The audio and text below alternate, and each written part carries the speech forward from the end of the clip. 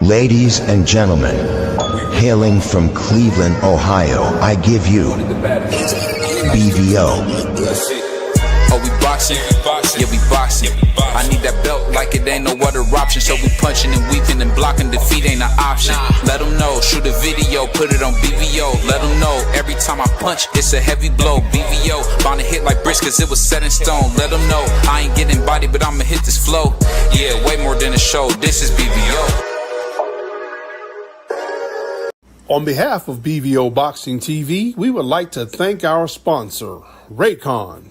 Don't forget to grab your Raycon Everyday Earbuds, the perfect bass model for premium sound, with active noise cancellation to block out distractions and transparency mode to keep you aware of your surroundings.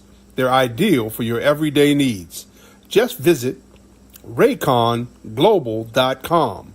That's rayconglobal.com and elevate your listening experience.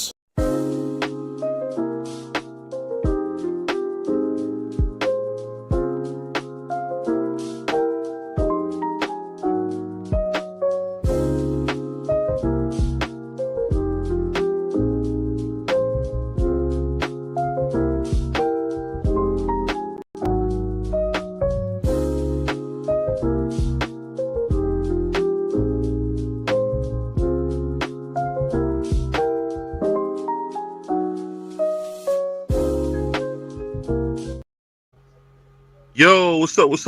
It's your boy BBO Boxing, man. I'm in the house with my man, the light skin lover, aka Dub Right Side. What's going on, man? How you feeling? Man, Sombrero, my brother Sombrero, we back in the building, man. We back for another great show. You already know what it is, my brother. How you feeling? Hey, man, calling the black man Sombrero is crazy work, man. Crazy work. But I'll say this, man. We gotta talk about this. We seen Boots Ennis become the unified champion last night against, one of the best cab drivers in the division, Stanionis. What do you think about him beating Stanionis? Well, first things first, man. Shout out to Boots. We got to get a man credit. I agree. Stanley on this man. The man he looked pathetic. You got a little background noise, Dub. Oh, let me. My bad. I'm still watching the damn Masters, man. I've been watching the Masters all day. Shout out to my man Rory. But nah, man. I think Stanley on this man. The man did the best he could do. He just was he too straight up and down. You know what I'm saying? No flashes. Don't do nothing really great. But at the end of the day, Boots deserve all the credit in the world. That man put on a hell of a performance. I was impressed with everything he had going on out there, and I'm looking to see this man continue to fight the champions in the division, unify again, and look to become undisputed. Mario Barrios, Brian Norman. I want to see the smoke. Get the smoke, man. You know what I'm saying? I know Eddie Hearn, he was talking about some mandatory. I don't know which mandatory he was speaking on. IBF. Probably the IBF. I was going to say probably the IBF. And you know the IBF. He's tripping, nigga.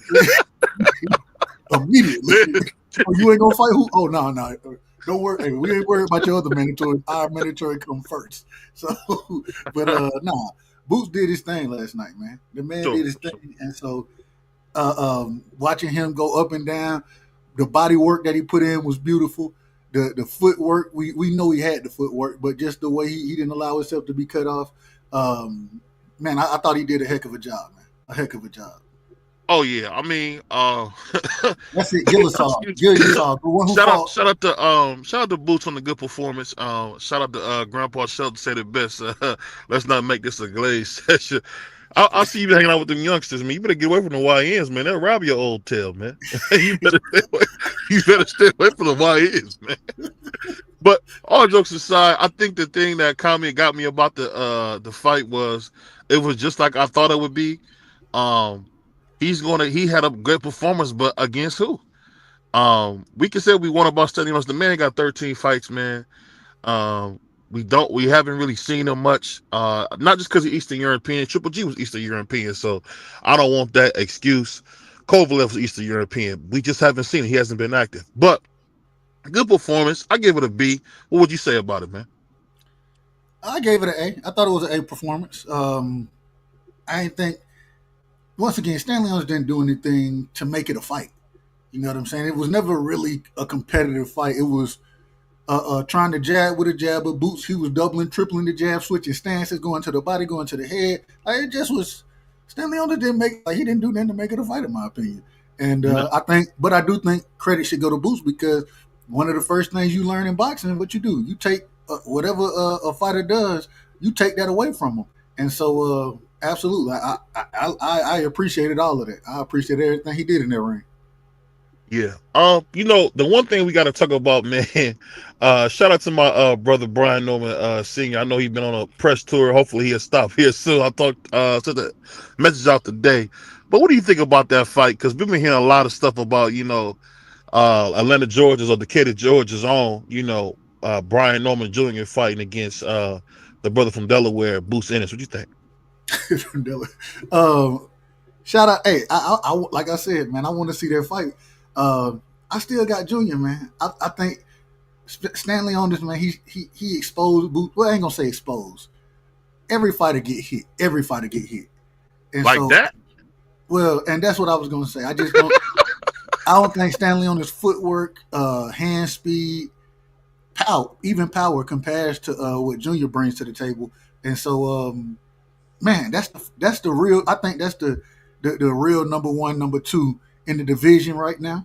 Right. Those guys fighting each other. We see Mario Barrios. This man is nowhere to be found. Yeah, He what is just came protection? up. Hey, witness protection. They might have moved a man. I don't know. I don't know what happened to him. I know he after his draw with Ramos. Hey, and that shouldn't even been a draw. Hey, but Ramos. No, that could have been a loss, easy. Easily. They both knocked each other down. I'm just saying. So, Yeah. hey, I like the fight with Junior and Boots, man. I think that's the fight to be made at 47. And I ain't gonna lie now, because especially after the press conference last night, when Bozy and Boots said, "Nah." First off, Boots said, "Man, this man ain't no good, anyways." That's what Boots said. And then Bozy brought up, he said, "Man, they just trying to build their name off of us. They don't want to fight us." So now, with everything we done heard, hey, we gotta see the smoke, man. We gotta see this fight. I don't want to. I'm gonna be honest. I don't want to hear nothing about Jin Sakasaki. I ain't trying to hear nothing about it. I want to see, man, y'all, hey, mix it up. But I do understand, because what they're gonna tell us now is, well, we gotta build the fight the right way. You remember how long they built the Earl Smith and Bud Crawford fight? What was that? 7 years that they tried to build that fight? Like, come on, man. We ain't trying to have none of that. And so I just want to see him go on and get it out the way, and let's see who the best is. Yeah. I'm really excited to see who wins. The whole thing about fighting, what's the dude's name? Baby Dragon. I don't know if that's a good idea, but I'll say this, man. No matter how it goes, man, I think this is a fight they should happen immediately. This whole waiting for fights, man, boxing's not big enough to do that. But I'll ask you this. Going on from that, man, it's so much going on in sport. Go ahead. Wait, hold on. I want to ask you a question. I had two more fights. Well, really one. I want to talk to you about the Raymond Ford fight. And the brother from Cleveland, Matisse. Is it Matisse? And he was being trained by the great brother Montana Love. Man, shout out to Montana Love. He sees on. Hey, there we go, right there. Yeah, shout out to Kinsman. So I wanted to ask, first off, now we seen that the brother didn't throw no punches. Raymond Ford styled on this man. I done seen Raymond Ford getting some hate right now, though. People saying he should have stopped this man, should have knocked him out. What do you think about an individual and he won on every judge scorecard? It was 100-90. He won every round. The man, it was 190. He was 190 on every card. The man didn't throw no punches. Respectfully, he didn't throw no punches. Raymond, and one of the other things, I don't know how true. I haven't been able to find the footage. I've been looking for this footage right here, and I didn't even think I need to just go back and pull it up on the zone. And so, but they say that at one point in time, Montana Love said, brother, you need to be windmilling out there. What was your thoughts on that fight? And what do you think about Montana Love as a trainer now? You know, I gotta be careful because I know Montana. I don't want to run into him at the bodega and he go crazy on me. So, because EC is only so big, I don't want to go get my wings from the hood gas station and run into this dude and he go crazy on me. But I think it was just a horrible performance, man. The dude came in, he looked scared to death. I don't know what Ray was doing, man. I was just shocked at Raymond Ford. Like, you got to stop a dude who don't come to fight. And I get he probably was confused, but that dude was there to get knocked out, and he supposed to knock him out. And I just think when it comes to Raymond Ford, his ego sometimes works against him because he just, as he always is, he's so arrogant. He didn't even realize, hey, this should have been a highlight reel knockout. That dude was begging, get me out of here. Like, he was begging. So I just think that Raymond Ford can learn from this and just go back to it. But I love Raymond Ford as a fighter, man. This brother is like the can man. You know, he looking for fights no matter where they at. So I don't think that Nick Ball fight took a lot out of him, and I look forward to seeing him do more as he moves up because I think Raymond Ford is the goods, man. What about you? I agree. This was his first fight at 30. You know what I'm saying? So Yeah. The IBF is vacant up there at 30. Navarrete is holding the WBO, I believe. Oshaki is holding the WBC because Lamont is the WBA. So those are the three champions up there. I agree. I like Raymond Ford. I've been seeing him and Oshaki and Foster talk crazy to each other. You know what I'm saying? On Twitter and stuff. I want to see Raymond Ford and Oshaki Foster now. What you think about that fight? For sure. I think that'll be a good fight. And Oshaki Foster, is a technician, man. I just think, and it's gonna be a little tough fight. It's gonna be a tough fight. I don't know if Raymond Ford can win that fight because I don't think Raymond Ford is a skilled enough boxer to beat a guy like Oshaki Foster. Because Oshaki is like, I mean, he's people, they say he's boring and stuff, which is true, but he's probably one of the best technical fighters in the game. So, but he stopped that guy. He stopped the guy. Remember when he was, they were about to rob. They was about to rob Oshaki. Yeah. And he went. He stopped him, but I'm just saying in general, Oshaki really to me is one of them guys who's good, but he's not exciting. I wouldn't pay my last dollar to go see him. Is all I'm saying. But as far as skill, he second to none as far as skill. But the other thing I worry about is Oshaki. He a bigger fighter than Raymond Ford. You know what I'm saying? Raymond Ford, I ain't gonna say he's small, but even last night we seen that he was smaller than. Oh yeah, he's super small, bro. Yeah. So, but I still want to see it. I definitely want to see that fight. And hey, make it happen. Put it in Texas. You know what I'm saying? Put it in Texas. I ain't got no problem with it. And I show up and show out for the fight, man. I love both of those fighters. And so, hey, I want to see them get the smoke, man. I want to see it. For sure. Let me ask you this: when you see Raymond Ford at 130, do you think that would be a good fight for Lamont Roach? Man, I don't think Raymond Ford. Yes, I do think it'll be a good fight for him. Yes, but I don't think Raymond Ford got anything for Lamont Roach. Not the Lamont Roach we've seen against Tank. the man. Shout out, and like I said, it ain't all about power in boxing. But Raymond Ford clearly don't have the power to stop you like that. He ain't just no knockout artist. And I think that Lamont Roach is a much more skillful fighter than this guy Matisse was last night. And so I think that'll be a very tough fight for him. But I want to see it. I ain't got no problem with that fight either. Man, these guys, I just want to see the best fighting the best. When you got somebody like Mark Matsayo, who got beat by Gary Russell with one hand up there at the top of the division as far as the rankings and stuff like that go. Nah, this man ain't the best. All these guys will watch Mark Matsayo. All of them. And so that's what I'm saying. I want to see these guys get to smoke with each other. One thing is, and we've known this in the sport of boxing, I don't mean to take it to race. I'm not trying to. But Floyd said it himself. black fighters and Hispanic fighters have run the sport. They have Yeah. run the sport outside of the Lomachenkos, the Triple Gs, and even when they ran into the black fighters, shit, you seen what happened? Right? You seen what happened to them? So, well, outside of Triple G ain't really ever fight no real slick back fighter like that. But all I'm saying, this is why we need to see these guys against each other. I just want to see the fights, and I would love to see. I mean, high level chess match. I want to see Oshaki and Ford. I'm not Ford, excuse me, and Lamont. I want to see them unify with each other. You understand? Somebody unify that thing. And then I think both of them will beat Navarrete. We done seen Navarrete get beat on before. So, hey, nah. And then whoever Navarrete stinks, man. He stinks, bro. I don't know how he got a belt. He stinks, bro. He stinks, bro. He's horrible, man. I just never. BVO like the Mexican fighters. This dude come in there and get beat to death, and he just hope that you beat him so bad that you get tired and he gonna come on.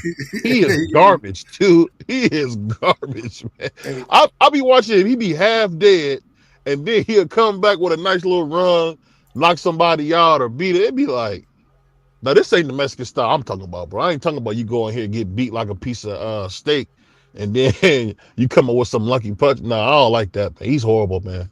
But I will say this though, one fight I really want to see. I don't know if we'll ever get it. I always want to see Oshaki versus Shakur or Oshaki versus Tank. Those are two guys I want to see Oshaki fight. I really do. I would love that. But I think Oshaki, he comfortable at 30. You know what I'm saying? So because he comfortable at 30, I ain't gonna just say move up and but if you can get either one of those fights, man, absolutely, I would love to see that. Yeah. Shoot to my brother Major Key. Salute to my man Josh. D-Ray Live, Grandpa Shelton, D-Free. Appreciate y'all coming through. But one thing I wanted to ask you, man, because this is something that I've been really wondering. Are we gonna get that Terrence versus Canelo fight? Because I ain't heard a peep, dog. Have you? No, I haven't heard nothing about it really. I done heard some conversations, and everybody seems to think that it's locked in. We know Canelo got to face William Skull, which I talked about this 2-3 years ago. As far as people gonna be mad when William Skull is the mandatory at the IBF, and the IBF stripped Canelo, gave the belt to William Skull, and now it's going. You know what I'm saying? Going right back. Canelo, right. So it was bound to happen eventually. But I don't think William Skull got nothing for now. And William Skull, he's a big guy. He's a big guy. But I don't think he got nothing for Canelo Alvarez. So I believe Canelo gets through that fight pretty easily. Even if it's a close fight, he's gonna get it on the scorecards. And so I want to see the Bud fight, but we got to see what happened. I haven't heard nothing about it. I don't know if it's made or not. And until they tell me a date, and we know if it is gonna be made. You got Mexican Independence Day and you got Cinco de Mayo, so this is gonna be on Independence Day, and so we know the dates supposedly, but I haven't heard nothing solidified. I haven't heard it yet. And see, we keep hearing about Turkey Al-Sheikh running out of money and this, that, and the third. And to be totally honest, man, I think Eddie Hearn. I hope that this proved to him that Boots fight. You guys don't need Turkey, man. If you give us good fights that people want to see, people will come out and see it. I think at the end of the day, one thing that sucks about that's just life. But people love to take the role of least resistance. And I think too many times when you take that role, you always end up kind of putting yourself in a position you don't need to be in. If we think about it, boxing doesn't need a lot of things if they would just fight each other. The fact that we got this bickering going on with Tank fighting his contemporaries, like you're considered a hater if you want him to fight his contemporaries. Same thing with Shakur. You want him to fight his contemporaries. You a hater. I mean, let's not play like he didn't want to fight. What was the dude's name? He was fighting Joey. What was the guy's name? Joe Cordina. Who was that? That's what you about to fight. Yeah, Joe Cordina. He had just got knocked out. I mean, not only knocked out, he was snoring in the ring. That wasn't no, oh, we hit him. Dude, he was snoring. They had to put him on a stool and talk to him. So I don't know. I don't know why he thought that was a good fight. And I'm just telling you, man, boxing has an ego problem. And it's the same thing that's going on to the top we're going to get into when we get into our NBA action. But these egos are messing these professional athletes up. And I'm going to ask you this, Dub. Can you believe how many guys put their ego before the business? What do you think? How many guys you said put their ego before the business? Yeah, before the business of them making money. Break that down. When I say their ego, it's some guys who rather keep their little attitude about things to actually make money and look vulnerable and actually make money. Like, I'll give you an example. If you would hear Tank Davis or any of these guys say, hey, I want to fight, what will it take? Tell me what you need me to do to make the fight. That's what I mean when I say, like, everybody wants to be too cool for school instead of just making a deal that'll make them all a bunch of money. You know, as Tyson said, we're going to be millionaires. What happened to making a fight that we need so you can make all the money you want? Because me and you both, you know how much money I would pay this? I would pay $150 to see Devin versus Tank or Devin versus Shakur. I would pay what they want. What about you? Yeah, now I wouldn't have a problem paying. Well, I don't know about $150. I don't know if no fight worth $150. Well, what a good card, of course. Exactly. Now, if it's a stat card, we're gonna show love. My thing, the way boxing fans have created this scenario now, where if you don't win, if you lose your old, you no good no more. They throw you away. Sometimes, it just worked that way. That's just how it worked. You know what I'm saying? And so, I think it goes more to the fans than anything. But at the same time, you got to understand, if y'all start doing what y'all supposed to do, then the fans are gonna come.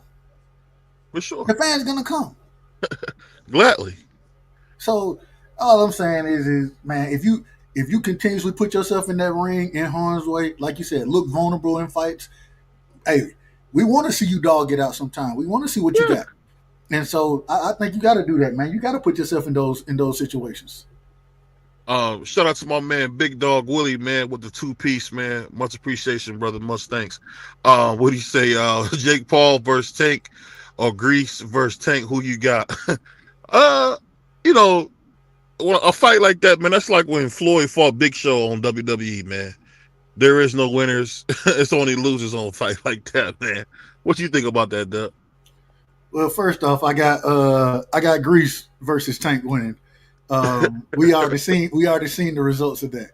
But I will say, if Tank were to fight Jake Paul, I think I don't know what's going to be in the contract, so I don't know how that works. But Tank, I would put my money on Tank 10 times. I don't give a damn what the size difference is. I'll put my money on Tank 10 times over out of 10. I don't think Jake Paul ain't got nothing for that man. Jake Paul ain't got nothing for that man. Hey, I put like this, Dub. One thing now, me and you are bigger guys, bro. And I'll be honest, we're not beating no little bitty boxer, but if we get their hands, I like my chances. If he get his hands, I like my chances, man. I think if he can smother Tank, there's nothing Tank can do. I mean, if he smother him, I just believe that. You got to go on there a little boy, man. That's what you got to do, and you got to try to make it your best dirty fight. But man, honestly, go ahead. If Tank can get to whatever weight he want to, that he feel comfortable at, the body work alone that Tank can do, the craftiness of Tank, the boxing ability, the IQ, it's gonna be way too. I watched Tommy Fury put hands on Jake Paul. Tommy Fury is trash. This man is trash. I watched him put hands on Jake Paul. Tank will break this man down. Like it wouldn't even be a close fight, man. Hold on, you know Jake Paul from Cleveland, man. So you gotta put some respect. This is a sick Negro. Here we go. You out of order. You already out of order. Already, man. Nigga from Cleveland, man. Show him some respect, man. Hold on. My man said, did he not get a man his respect? Did this man not get hands put on him by Tommy Fury? Did Tommy Fury not put hands on that man? Oh, he put hands and feet on him. All right, then. Where's the lack of respect? I just told the truth. I just told the truth. You funny, man. Hey, you know the funny thing about it, and I usually don't bring this up, but I'm gonna be fair. Tommy Fury has tried to give Jake Paul numerous amount of rematches. Jake don't want that smoke. At the end of the day, I'll tell you this: Jake is probably about 210, and at the end of the day, bro, he's not a real boxer, man. Because he's kind of small. He's not a real. He might be 5'8". He's not a big guy either. So, I mean, as we see with Richard Torres, just because you're big don't mean nothing, bro. It don't mean nothing. But hey, real quick, hold on, real quick. ahead. Let me shout the audience out, man. Salute to the audience. And after we get done running through our topics, we may drop the link. So give us a second. Hey, this the Doug BVO show tonight, man. I say that respectfully. Shout out to my brother Big Dog, first off with the $2 in the super chat. Appreciate you, Big Dog. Shout out to my brother Uncle Shelton in the building, D Free in the building. My brother D Ray is in the building. Kazi is in the building. Salute to my brother Kazi. Shout out to Kazi. That's one crazy Negro, man. I got one for Kazi. This is a sick Negro. For you, Kazi. Shout out to Skills from New Orleans. Shout out to my brother Josh Sanders in the building. Shout out to Freddie. I think that's Freddie Fuckups, man. Shout out to Freddie Fuckups. Shout out to Sean T. Sean, where you been, my brother? Shout out to Sean T in the building. Shout out to Pittsburgh T in the building. Chris Trock in the building. My God. My sister Harlow is in the building. Shout out to Harlow. My brother Tommy from the Bronx. Shout out to TD Sports, man. Y'all go sub to TD. Did I miss anybody? I hope it. Shout out to Picasso in the building. My brother Major Keys is in the building. Shout out to Major Keys. Keys, we're gonna drop the link later after we get done running through our topics, my brother. Shout out to my brother Prize Fighter in the building. Shout out to my brother Haplo in the building. Shout out to Haplo, man. The old school, the old head, man. Shout out to Pay in Full in the building. That's my brother right there. Shout out to Pay. Shout out to William Old School in the building. Let me see. Bayou Bandit. Hey, shout out to him, man. Shout out to AJ64 in the building. You know what I'm saying? Much love and respect to all y'all brothers, man. Go ahead. AJ. Shout out to my man William Old School. Always calling me the head. This dude crazy. That's nasty work.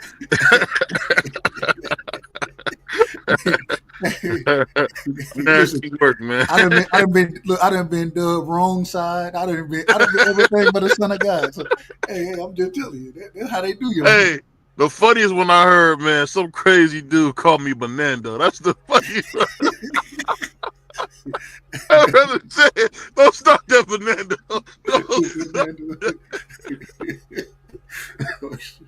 All right. Shout out to Crush, man. The old man gave me the funniest name ever. That man said Bernando. But, you know, just a side note, I was going to a lady. We were doing, I had met her for a presentation for some stuff for the channel. And she said, BBO, I thought you were Spanish. I was surprised a black man gave me. Everybody think you Spanish, bro. Everybody. That's why I call you sombrero, man. I said, this ain't no makeup. You know, they're black. That's why I call you sombrero. What do you mean? Hey, you said that because you a nut, man. But that's all right. Oh, man, you out of order already, man. Oh, man. Hold on, I got one more question before we move forward. I got one more question. Oh man, shout out to Rich, man. Rich Martinez in the building. Salute, fam. Rich. I want to ask this right here. Yesterday, and I don't know which all fights you watched or whatever. I watched both cards, or I watched the Pro Box card. I also watched the DAZN card, and that was a common thing in these cards, man. And I think it ended. Boots ended it very well with the same common thing. Yeah. Body work. For sure. The body work has been going crazy, and we know it as boxing fans, you can't just headhunt. You know what I'm saying? You break a brother down to the body, it always lead to other things. Yeah. But I think we're seeing the art because I think a lot of fighters got away from body work a lot since they've been boxing, or these newer age fighters. But we're starting to see a resurgence, and I seen more people get stopped to the body this weekend than anything else. Yeah, that's for sure. And you know, shout out to my barber. My barber said it best. He ain't got into it with a young dude. We said, he going to head hunt. I'm going to the body. Yeah, I'm going to the body, bro. Once I knock the wind out you, all that head hunting ain't doing. But he said, yo, he going to head hunt. I'm going to the body. Absolutely, AJ. Shout out to Big Shot. I mean, yeah, the Big Shot Shaw, man. Hey, Oh yeah, Big Shot Shaw. He showed up and showed out because I thought he was gonna get beat to death for a second. I really man, did. that man, hey, that man, he got this brother out of there. 6'8", supposed to be strong, punching, clipping. The man Looked didn't like have a John chance to Coffey throw a when he punch. came in there, didn't he? Man didn't have a chance to throw a punch, man. Man, man was out there. Next thing you know, he sleep under the ropes, trying to get Hey, up, legs he was. shaking. I said, That's the my difference God. between getting knocked out. He was snoring. He was snoring, bro. He was snoring. Man. You got Look, to put him in the back of the trunk at this point when they snoring like that. look, bro got up looking around, trying to move and stuff. They like, ho, lay down, man, lay down, lay down, lay down. Like, God. Yo, one of my favorite movies, man, is Players Club, and I love when my man when they knocked out Dollar Bill. He sleep, he snoring. Put him in the trunk. All you got to do to some of these guys when they snoring like that, man. Go ahead and put him in the trunk, man. Put him in the trunk, man. Get him out of there.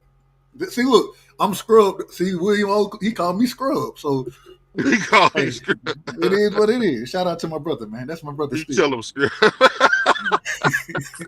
That brother eating crawfish all day, smoking Newports. You feeling good? You feeling good? I ain't mad at him. but speaking of that, man, you know, it's just a small debate before we go to our next topic. I want to ask you, man, who was the best trainer in boxing? Is it the great Eddie Reynoso, you know, or would you say it was Bomac? Who would you say? I would give it to Bomac. I think Oh, I would agree.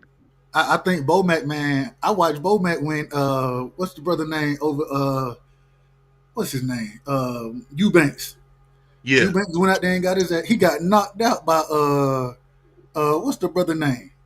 The from overseas, you know, the Liams and Liam Smith, the there we Smiths, go. Yeah. Caleb Smith, and all that. And the crazy thing is he went over there and started dealing with Bomac. The next fight, what happened? He came out and put that man to sleep. I'm just saying. What Bomac say? Turn that punch over. Give him a nice rib shot. Let him feel that rib Let him shot. feel it. Let him feel it. Hey man, shout out to my brother the scholar in the building. All Oh I'm yeah. saying, Shout out to Scholar, man. My man out on bail. Texas dreaming. That boy like Park. That brother out on bail, man. The baby oil carrier right there. Shout out to my brother, man. hey, so but I would have to. I mean, Bomac, what he doing with Keyshawn and his brothers right now, crazy work. What he got going, especially with Bud, we already know what Bud doing out there. Mm-hmm. They got a bunch of young guys come. We got what's the brother name that's fighting at 68, I believe. He coming up. Man, they got a lot of fighters. Stone Cold, Yeah, whatever they call. they got a lot of fighters over there. And so, man, Yeah. but now I ain't trying to take nothing from Eddie Reynoso. I think the one thing with Eddie, he done really tapped in, and Canelo is what it is. It's almost Canelo or nothing over there with them, man. Because and I'm not saying he not a good But don't trainer. forget about Oscar Valdez. Yeah, Oscar Valdez got beat by Navarrete, got beat by Shakur. Like, okay, I mean, he got beat by the Puerto Rican dude. Ain't no shame in that. I ain't saying it's a shame. I'm not saying it's a shame. I'm just saying Oscar Valdez ain't all he cut up to be. Man popped dirty anyways. I don't even want to. Here you go. Okay, now the man pop dirty. Man drinking some tea. Now he can pop dirty. Okay. He did. Hold on. You heard Shaq say he ate a bagel, a poppy seed bagel, and they popped him dirty. So who said that? same thing. Shaq said that. Shaq? Yeah, Shaquille O'Neal. I never heard Shaq say it, but maybe he did. I don't know. But go ahead. I ask you this, man. Since you throwing what you always do, man. You throwing darts at brothers, man. What do you think about seeing? Who did I throw a dart at? What do you think about seeing that fight, Canelo versus Buntry? What you think of how that fight go, Buntry versus Canelo? But who? You know, I call Bud Buntry. Buntry, amazing. Yes. Amazing. I ain't gonna lie. I got Canelo winning the fight, man. I'm gonna just be straight up with you. I done seen Bud in his last few years. The man don't move like he used to. I ain't got no problem with that. I ain't got no problem But if you ain't hurting, what was the brother name? Madrimov. If you ain't hurting him, and that's at 54. We watch Charlo, and I'm not trying to use the triangle theory. I ain't trying to use none of that. All I'm saying is we watched the triangle theory. Or I said we watched triangle theory. We watched Charlo move up when he was knocking everything out at 54, knocking everything out. Yeah. Move up to 68, and what he did? Nothing. Ran, took a knee. I think Bud got more dog in him than that. You understand? I think he got way too much You dog. sure about that? Absolutely, man. If you hit Bud want his lick back. I always say that's one of the things I don't like about Bud is, hey, if you get a good lick on him, now he want it back. He liked to fight. And well, only reason I say that because we see and you know Jamel's my favorite. That boy Canelo beat a bucket of extra crispy and grape soda out of him, man. It was grape soda everywhere, dog. It was pretty rough. It was pretty rough, man. So I don't know, man. It was chicken everywhere, man. So I don't know about him fighting. Canelo like to beat what that dude said in Murder Titans. I got a couple of guys like to chuck out of folks. He like to chuck out of people, man. So I don't know about messing with Canelo at that weight. What about you, man? I don't know nothing about that, but all I'm saying is when it come down to that fight, I think Bud is the better boxer. I think he has far better skills. At the same time, his weight classes for a reason. And now, if Bud was to move up and get acclimated accordingly, that would be one thing. Yeah. But that man fought Madrimov, couldn't get Madrimov out of there. I watched Virgil beat the dog hit out of him, man. Put hands and feet on that man. And so all I'm saying is I just don't like the whole skipping 60 or one fight at 35, skips and then straight to 68, no tune-ups, inactive already for a year. I just don't like none of that. I don't like it. And so I'm rooting for Bud. I'm rooting for him. But shout out to my man, Big Dog Willie, man, again with the 5-piece, man. Much love, much appreciation, man. He said, one more ignorant question. Tank versus Grease up. Jake Paul, who y'all got? Hold on. That's sus question. Never mind. I just want to donate. Hey, hold on. No, did it? No. Shout out to my man, Willie. Willie got to be the craziest nigga in Seattle, man. So shout out to Willie, man. Shout out to Big Dog, man. You got to give him a drop for that, BBO. No yeah, you know, this is a sick Negro. No Diddy drop, man. The no Diddy drop, man. Oh, look at this, dude. No Diddy. I say no Diddy. I say no Diddy. No Diddy.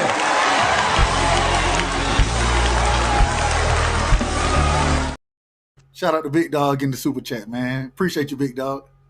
My man said, Bo Mac good with them Cheetos, man. Get out of here, man. You go. He talking about he good with them Cheetos. Hey, man, Bo Mac he had like the big family bag you get a kids, man. I was shocked that he had that big a bag, but. Hey, bro had the bag sitting right there, too. He had the family pack. Hey, Dub, that's the one you get for the kid. You pass out at the party, man. Look, pour a little bit in everybody, a little cup, a little bowl or something. Hey, and not only that, Dub, he ate them bad boys down, man.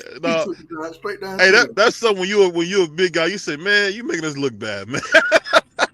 You making us look bad. The down a whole bag of Cheetos like that. But shout out to my man Bo Mac, man. That was wild work that he did that. But let me ask you this, man, before we get out of boxing. We about to get out of boxing on this one. So let me ask you, who do you think is going to win, man? We seen the Lakers, man, clinch the 3rd seed. They're going against, man, one of my favorites, Ant-Man, you know, Mr. I Got a Kid on the Way. What you think about seeing Ant-Man and LeBron first round? You know, it's crazy that you asked that. So, I ride with Ant-Man. But I gotta tell you this right here. Ant-Man, Batman, you name the man. Lakers in 5. Shout out Lakers in 5. Lakers in 5. Hey, man, get off long as shedding, man. Hey, I'm gonna just tell you. So my problem with Ant them, man. Yeah.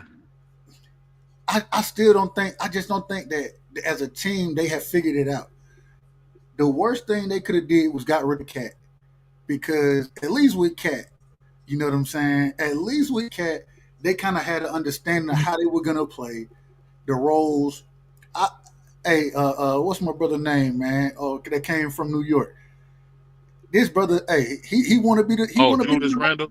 Yeah, Julius Randle. He want to be the number one option. Well, you could be the number one option over in New York.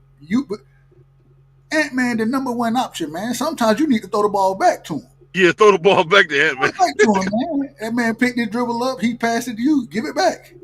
You ain't the number one option, man. And I just think I think LeBron too smart. I think we'll see a better Luka.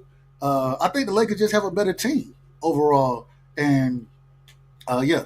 So do you worry about Gobert's size? Maybe putting a little foil into LeBron's plan to kind of slash. Man, LeBron. Listen, let me tell you something. LeBron understands the game way better than Rudy Gobert will ever understand the game. the only thing that's gonna happen is Rudy Gobert in foul trouble. That's the only thing that's gonna happen. The man don't have no offense. I don't know. I just the way that their team is built. All I'm gonna say is Lakers in 5. Shout out to Uncle Shay Shay, man. So speaking of that, man, who do you have? Who is your early pick to come out the West? Do you see SGA being able to do something? Because I really think that Nuggets versus Clippers series. Let's go on to that next. That Nuggets versus Clippers series. I think this could be a wild card because Joker just averaged a triple-double and did not care at all. Do you think he's gonna win an MVP, or do you think SGA is gonna win an MVP? I think it's time for SGA to get that MVP. I think this the year. I'm just gonna let you know, and we'll go into the series real quick if you want to do that. Yeah. But I'm gonna just tell you, I'm just be straight up with you. The Nuggets they got something going on over there. I don't know what it is, but you don't fire your coach and your general manager a few weeks before the playoffs. That ain't how the NBA work. It don't work like that. And so, man, I think there's some turmoil over there. I think Joker good enough to get it done, though. The Clippers, in my personal opinion, I mean no disrespect whatsoever, but the Clippers are the Clippers. Right. And they're going to be the Clippers. They're going to find a way to screw this one up. And they should have the opportunity, you know what I'm saying, to put some pressure on, but they're not going to be able to do it. It's not going to happen. And, I mean, what? Kawhi going to do his thing. James Harden going to shoot the ball 73 times. what Ben Simmons they still got Ben Simmons on the court. My God. All I'm saying, man, it's I don't see. Hey, once again, I'm gonna just tell you. I'll tell you like this: Nuggets in 5. Hey, they might get a win possibly. James Harden, Kawhi might will them to a win, but they're gonna get beat down in that series, man. And even with the turmoil going on, hey, let Joker let him call all the plays. That's fine. Let him call the plays. It seemed like the plays he was drawing up was working. Yeah, so, I see him drawing up the play. You seen that too? yeah, let him call the plays if you got to. I don't know what you got to do, but I don't see the Clippers having a chance against the Nuggets. So you don't see Kawhi Leonard being a superstar at this point in his career? Man, is he gonna make it through the series? He looked really good, man. He looked really good though, man. Here we go. This is what he looked like. Basketball is a young man's game. Hence the reason the Thunder and the Rockets are doing what they doing, right? And so all I'm saying, the Lakers, luckily they got Luka, and they got Austin Reeves over there doing his thing. The Lakers lucky because LeBron, he long in the tooth too. Yeah, he long in the tooth. The Timberwolves, you gave your youth up for. I don't know what the Timberwolves. That was a dumb trade. I can't stand that trade. I can't stand it. and now look at the Knicks. The Knicks are number 3 in the damn Eastern Conference. So hey, we're gonna see what happens. They going home. and they going home. I don't know what's Man, up with Markel against Bridges, man. They're going home. against the Pistons, against the Pistons.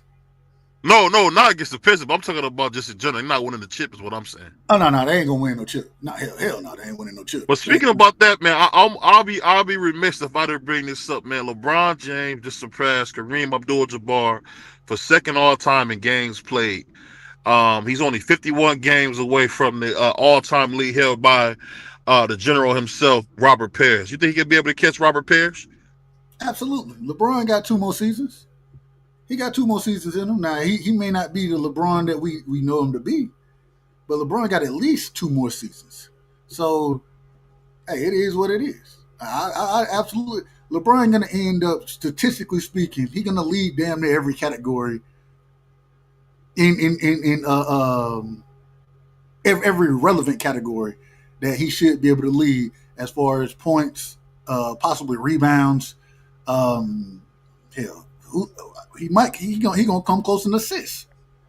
So yeah, surprisingly, yeah.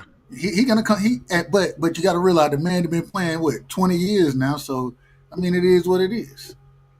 What you think about his streak of 20 plus years of averaging 25 points ending this year? Well, shit, he getting old. That's what happened when you get old. when you get old, Oh boy, he getting up. am I lying? How am I? Hey, it's what happens in sports. And so as you get older, then hey, you start to some of that shit start to slip. And so absolutely, but hey, you absolutely. Parrish was the chief. Absolutely, man. I love the chief. And the good thing, like Rick said, yeah, you're not having to battle through as much physicality that some of these other guys did. But the man still, what is he? How old is LeBron now? 42? No, he ain't 40. I He's think 40. he's 40. He's 40. He 4 years. I think he's 4 years older than me. So, Yeah. But hey, shout out to LeBron, man. LeBron is one of the greats, one of the GOATs out there, man. And speaking of that, man, you know, this is cool. He just announced this to be his last show. Think about Chris Paul playing 82 games in season 20. And Chris Paul a dog, man. Chris Paul was one of my favorite point guards of all time. I remember when Chris Paul was playing at Wake Forest. Mm-hmm. That was my guy. You know what I'm saying? And college teams, I ride with players more than anything. And so, in basketball in general, I ride with players. I don't really have teams like that. I root for the Hawks, but we don't win shit. So before Melo lit the win, man, in Atlanta, bro. But before Melo retired, any team Melo was on, that was my team. You feel me? So yeah, that's kind of. But man, shout out to Chris Paul, man. One of the greats to ever do it. Hey, everybody ain't gonna get a ring. You know what I'm saying? But Chris Paul, man, this man, the consummate professional. Yeah. You understand what I'm saying? Always. Now he dirty. He dirtier than a motherfucker. Yeah, I was to say, don't forget that. I call a spade, but hey, it's basketball. You know what I'm saying? Nah, fuck. Hey, anything you can do to get an advantage in basketball, you do it. So shout out to him, man. Yeah, hey, absolutely, sis. Denver was my squad. New York was my squad. Anywhere Melo was, man. When he was with the Rockets, when he was over at Portland, L.A., all of them. I'm riding with Melo. I rode with that, and then when Melo retired, I just kind of, I was like, all right, now I'm a Hawks fan since I'm from Georgia. But yeah, I don't really fuck with the Hawks. Hey, shout out to the Hawks, man. You don't like Ice Tray the gang. Man, we should have had Luka Doncic, man. There ain't no way we should have traded. Ain't nobody know that at the time, man. Stop, man. That's like when they get on Marvin Bagley, man. They didn't know Luka was gonna be that. Man, I don't know what they thought he was gonna be, but he better than what, man. Give me Luka over Trey any day. And I love Trey. I love him. But so before we up at the panel, you know, I wanted to ask you this about the NBA, man. Who is your pick to win it all this year, man? I got Boston, man. I ain't gonna lie to you. Man, what I'm seeing from Jason Tatum, I think Jason Tatum is the most underrated superstar in the league. Superstar. Jaylen Brown, I know he a dog. I know he was Finals MVP. Yeah. I love Jaylen Brown. I think that Tatum is the most underrated player in the league right now. You don't think he the best out of those two? I do. I think he's better I'm than talking about Brown. Brown. no, Finals no. MVP. I think Tatum is better. Then Brown? Wow, I'm kind of shocked. Man, go Because he carried them boys last year. When it's crunch time, who taking the shot? I remember last year when they beat Luka, man, the dude that was dunking all over Luka's head was Jaylen Brown. The dude with the funny hairline. Man, Jason Tatum is one of the most underrated players out there. And all I'm trying to tell you underrated. is absolutely, man, is underrated. Absolutely. Oh, it's a light skin thing y'all got going on. Okay. They got, but the other thing is Porzingis. What I'm seeing from Porzingis right now, as far as shooting the pill, oh my goodness. And then having the team defense man, listen, I'm just telling you, I'm picking the Celtics. Now I ain't gonna lie, I like Houston and I like OKC. I like both of them. I really like OKC. I think OKC. I think Shea. I think SGA, man. I think he on a whole nother level than a lot of these guys, and he get it how he want to. Whatever you gonna give, that's what he gonna take. If it's the mid range, if it's to the hoop, if it's the 3-ball, whatever level you want it on, he gonna give it to you on that level. Yeah. I think they lack the experience. I know where they went last year. I don't know. It's something about that team. It just seemed like they're gonna come up short to me. But I'm rooting for them, and I'm rooting for Houston. I like these young boys out here, man. The young boys, man. They coming to take folks' spots, man. That's what they doing. I think they're a piece away, though. I like Jalen Green. I think he's good, but I think he needs another star, like maybe another wing player. I mean, losing the guy Porter Jr. But to me was a big blow to them, man. They need somebody else, man, because they kind of get too Jalen Green centric sometimes. They kind of just give him the ball and get out the way. I think that's not good. What do you think about that? Listen. The Mavs, they trying to sell everything they got anyway. I don't know why a trade wasn't made when Luka got sent away. If I was Houston, I'm trying to get Kyrie over here. Bring me Kyrie, and that'll offset some of this other stuff. That's an awesome thought. I didn't even think about it. That's an awesome thought. that might be all they needed. But I don't know what they would have had to give up. That's the problem. I would have gave up draft picks. Give up all the draft picks I need to give up. But because their core is so young, I can't give up my core players. But I can give you what I got on the outside. You know what I'm saying? To kind of the supplement that trade. Hey, that's what I would have tried to do if I was a Houston at that time. What about that guy Sengun? I like him a lot. Sengun is nice. I like Sengun. I like him too. Nice. I wouldn't have gave him up. I wouldn't have gave him up for Kyrie. No. That's the thing. They should build around Sengun or build around Green. I think they should build around Sengun, in my opinion. Now, you got to build around Jalen Green, man. You got to build around Jalen Green. But I wouldn't separate them. I wouldn't separate these two brothers. You know what I'm saying? Now, if you could have got rid of, and I say it respectfully, get rid of Van Fleet, get rid of him, get rid of Jeff Green, Steven Adams, even though I think they need Steven Adams. They need Steve. They need to keep Steve. But I mean, try your best to bring in a Kyrie though. I think it would have been worth it. So it pretty much it would have been all bets off. I could see that. I respect that, because one thing about Kyrie, he don't get enough credit, but Kyrie, man, really can play. He can really play. I just think people are just too hard on the guy, man. He might be a cornball or whatever, but man, the brother can play. Absolutely. The brother can really play. Absolutely. But that being said, one thing I gotta say, man, is this is fun. I love actually talking about basketball, man, because one thing that's so funny about it is I didn't realize that these guys are playing longer than ever. Like, this modern medicine is really, really working, man. What you think about that? Well, first thing, so I remember when a ACL was the end of your career. I remember those days. Right? Remember Bernard King was done. They said was done after that ACL tear. And Achilles was the end of your career. Dominique was the only one that did something. See?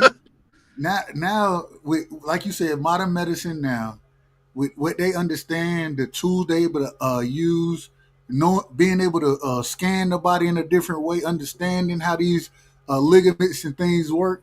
Um, Even when I remember when Paul George broke his leg.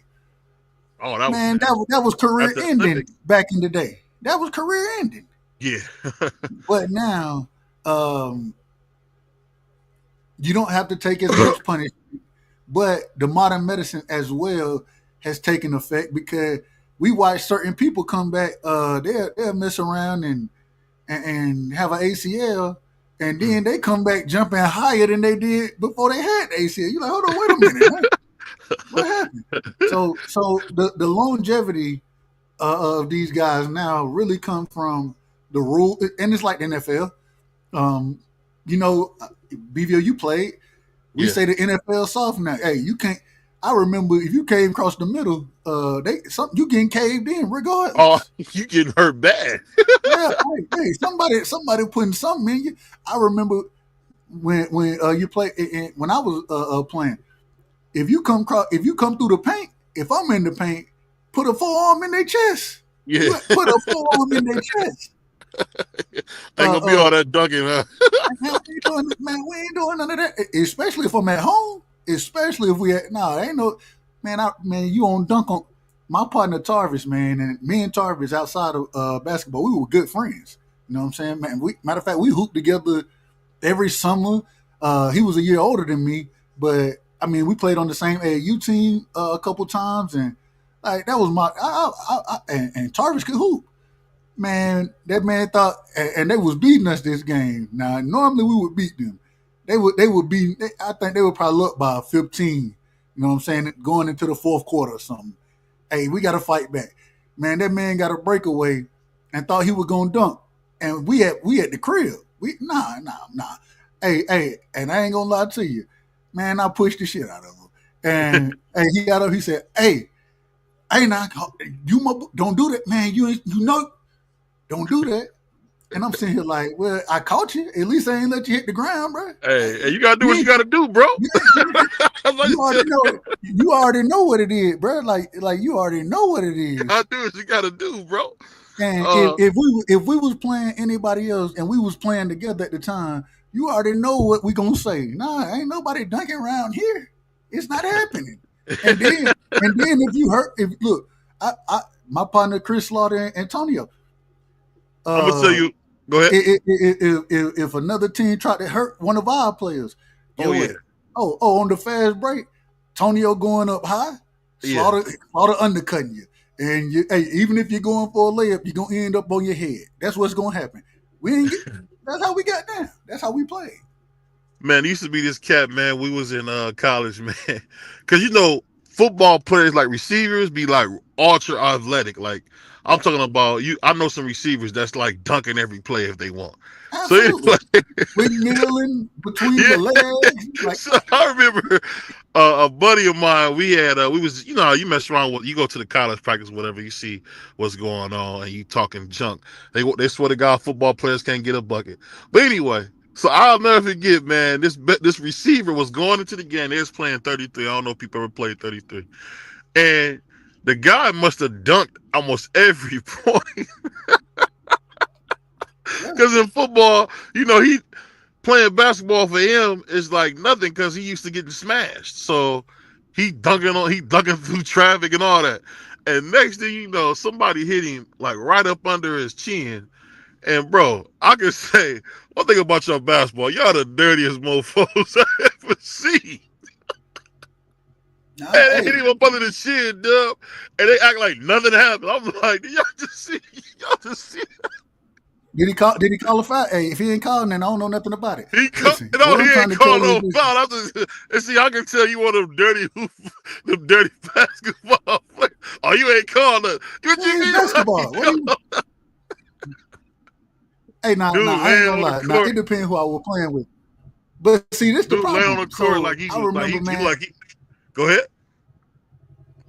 I remember I went up to. Can you hear me? Yeah, I can hear you. Go ahead. All right, so I went up to UGA. My partner played at UGA, right? Yeah. And he played football though. So I went up there to holler at him, and he like, man, hey, man, you know we gonna go hoop whatever. I'm like, all right, it was all good. It's our freshman year, man. It's really like it's like but it's before the season had really started anything. So you know, man, AJ Green up there, and like AJ Green, he gonna dunk everything. Like that Yeah. man got the hops out the world, but Yeah. the problem is so it was a nigga playing tight end, you know what I'm saying? And I'm like, Mm-hmm. oh God. So I drive to the hoop. I'm finna go up. Man, this nigga now mind you, the man say he played tight end. Man had to be all of 285, 6'7", 285, bro. Man hit me with a stiff arm when I jumped. Bro, I'm used to being able to at least get to the rim. I couldn't get to the rim, nothing. And then next thing you know, I'm going back. Man, bro, the next play down, I'm like, okay, all right, fine, I got it. So he come down, right? They run a little pick and roll. We switch. I end up on him. He go to the post. Man, this man took a drop step, bowled me in my chest, bro. Sent me to the wall. I'm talking about sent me. Now, mind you, I ain't weigh at this time. I ain't weighing nothing but probably 205. You know Yeah. what I'm saying? This man hit me with and just started college weightlifting. Man, this man hit me with a bow. Bro, I go flying, bro. I'm like, oh man, nah, man, we ain't Yeah. doing all that, bro. Get what he told me. What? Get what he said. Get what he said. Now get your ass out the court if you ain't gonna play like that. All right. So all right. Not all right. That what we doing? Okay, that's what we doing then. So if a nigga get undercut, any of that, it's the same thing. No, it's the same thing, bro. It's the same thing.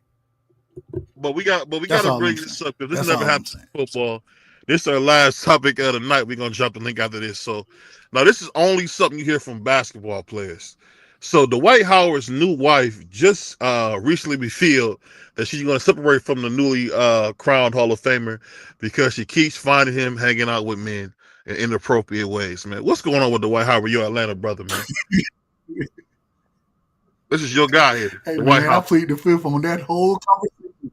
Dwight What's Howard going is not on my. with Dwight? I have never been a fan of Dwight Howard. So look, I'm gonna tell you why I'm not a fan of Dwight first. So I remember when I was in college, Dwight was, or when I was in high school, excuse me, Dwight. Yeah.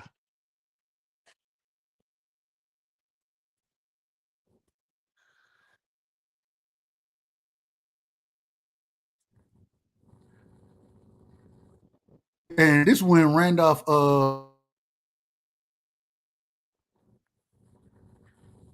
Morris.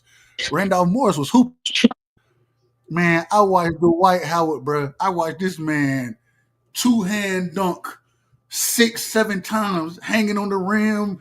Shit, I'm like, bro, somebody, man, grab this shit out. This man, do something. Yeah. This man, Dwight Howard was a beast, bro. And back then, I don't know what the hell happened when he got to the league. Maybe he started lifting too many weights. This man was shooting threes. He was made his free throws. This man was. Yeah, he could do everything. One He could AU do game, bro. everything. He gave the other team like he had like 47 and about 15 blocks, about 30 rebounds.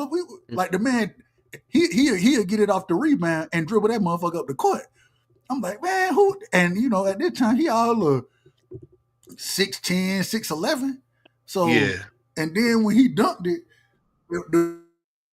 the way, bruh, and the crazy thing, it was like him and Josh Smith.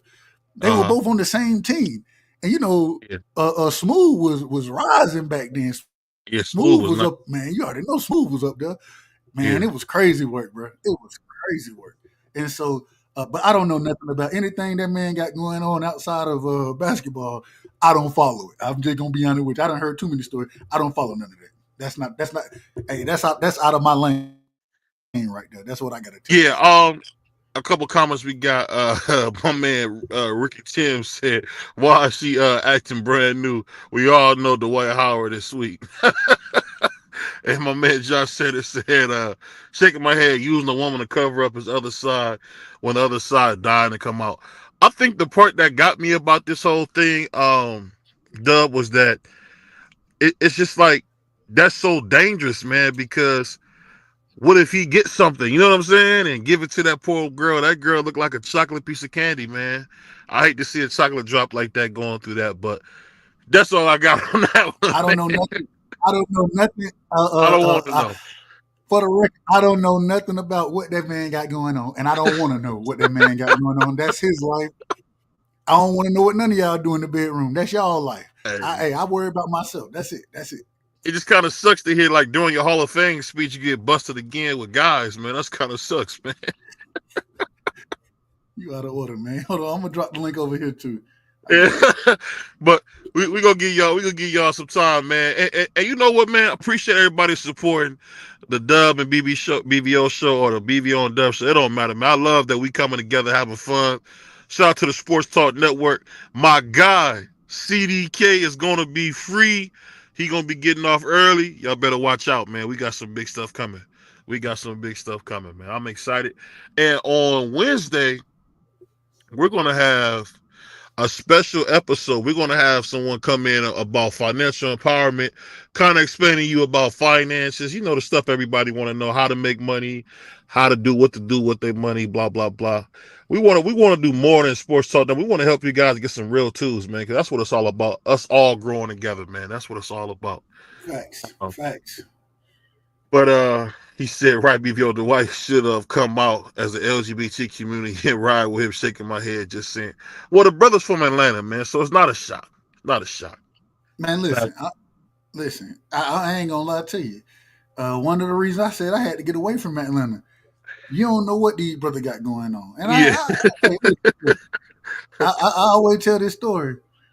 My son, this was how long ago was it? It was probably 5 years ago. The man probably was 5 years old, 4 years old, 5 years old, something like that.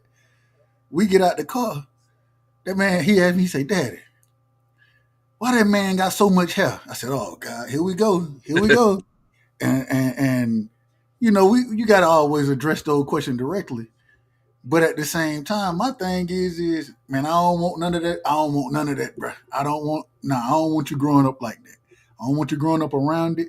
You're gonna experience it in life anyways. But Yeah. at least have a wholesome childhood. Get the Yeah. One of the things I got a chance to do today. I took my son and one of his friends bowling, right? Yeah. And I watched them interact with each other. And, you know, I love those situations. Listen to them talk. They think a nigga don't be listening. I be listening to everything they say.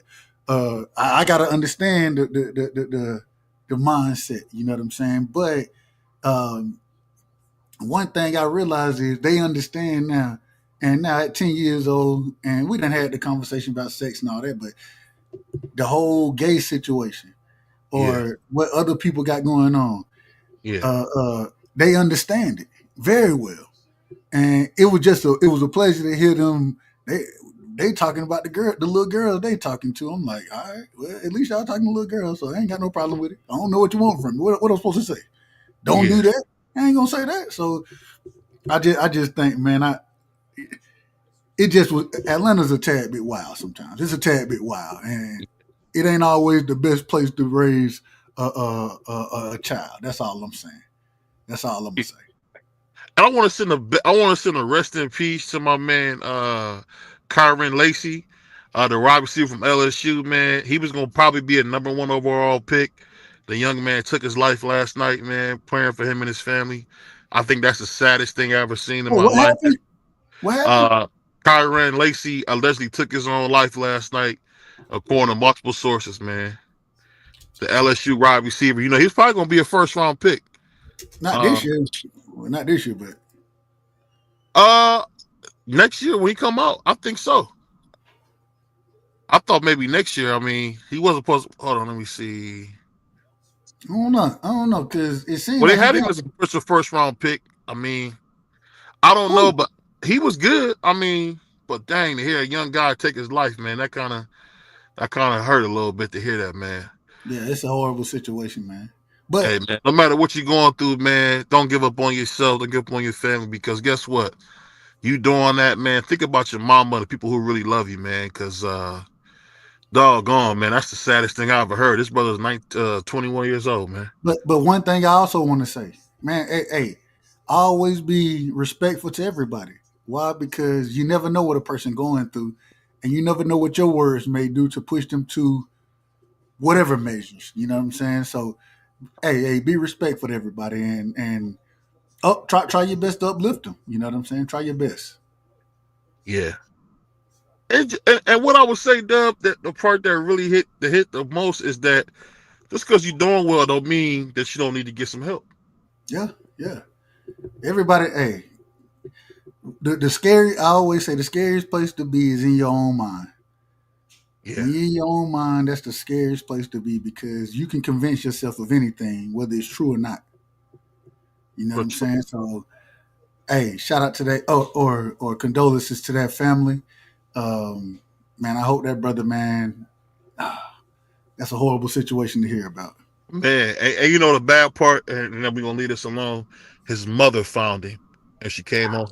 When she came home, and, you know, that's rough, man. That's hey, you know, one thing I will say, man. You know, being a father, when you hear that stuff for kids, it amazes you. I didn't turn into my granddaddy, man. I'll be tearing up when I hear that kind of stuff.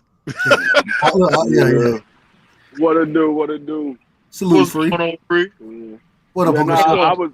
I was reading on that story too earlier today. Yeah. Kind of find out he was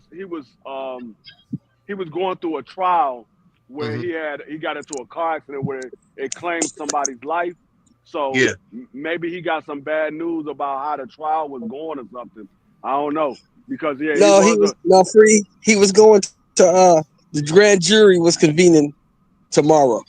that's what I'm saying. Maybe he got some bad news of how the He trial was wasn't going to going. go. Yeah, somebody died, so he was going to have to go to prison. He was going to be Yeah, punished, that's what I'm saying. and So he maybe that's the wasn't built reason for why. that. He didn't want to go. Yeah, he Yeah, didn't want to go. He wasn't built for that. Was he drunk or something? I don't know. I I don't didn't know hear if the he was whole drunk or he was story. driving. He was speeding. They say he got into the other lane. He tried to pass. He tried to pass in the wrong lane, and he ran head on into somebody. He killed a Yeah, 78-year-old man. Oh yeah. man. Yeah, so Yeah, that's why I say 78-year-old maybe man. he got some bad news of how the trial was gonna go, and he was like, you know what, I can't do this because he was a promising There was no star. bad news to get, Free. You tried to pass. Yeah. Yeah, yeah, Hey, listen. But at the end of the day, another lesson. Shout out to Georgia. I see Georgia boys. They always in. Y'all see it. They always in the news about speeding and reckless driving. And look, man, hey, arrive late, but arrive safe. You understand? If you late, then take it on the chin. But we much rather for you to be safe than or be late and safe than to be speed, taking chances, all that kind of stuff out of order, and having these type of situations happen. You know what I mean? You claimed the life of somebody else, and now you can claim your own life. Two people gone for something that you could have just slowed down and hey, whatever you trying And to get waited. to. Yeah. yeah. And waited. At least everybody would have still been here. So That's why I tell my kids because I got young adults in my family, and I tell them all the time, hey, don't be out here showing off because you got a new car, you want to show off for your friends.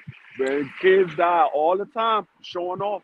I was looking at this joint that was on Instagram the other day. My wife showed me. It was these two girls in the car.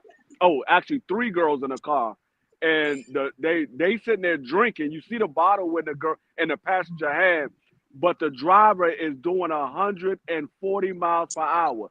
They in the car yelling, slow down, slow down. Next thing you know, she lost control. They all died in the car. and the Was that the thing, case out here? Was that the case out here, Free? That you I talking think about? it might be. I think it might be. I think it might be. 5 teenagers from the age of Yeah, I think it might be. 17. The youngest was 13, and they all died. Yup. that's crazy. And they had they was Drugs posted and on alcohol was in the car.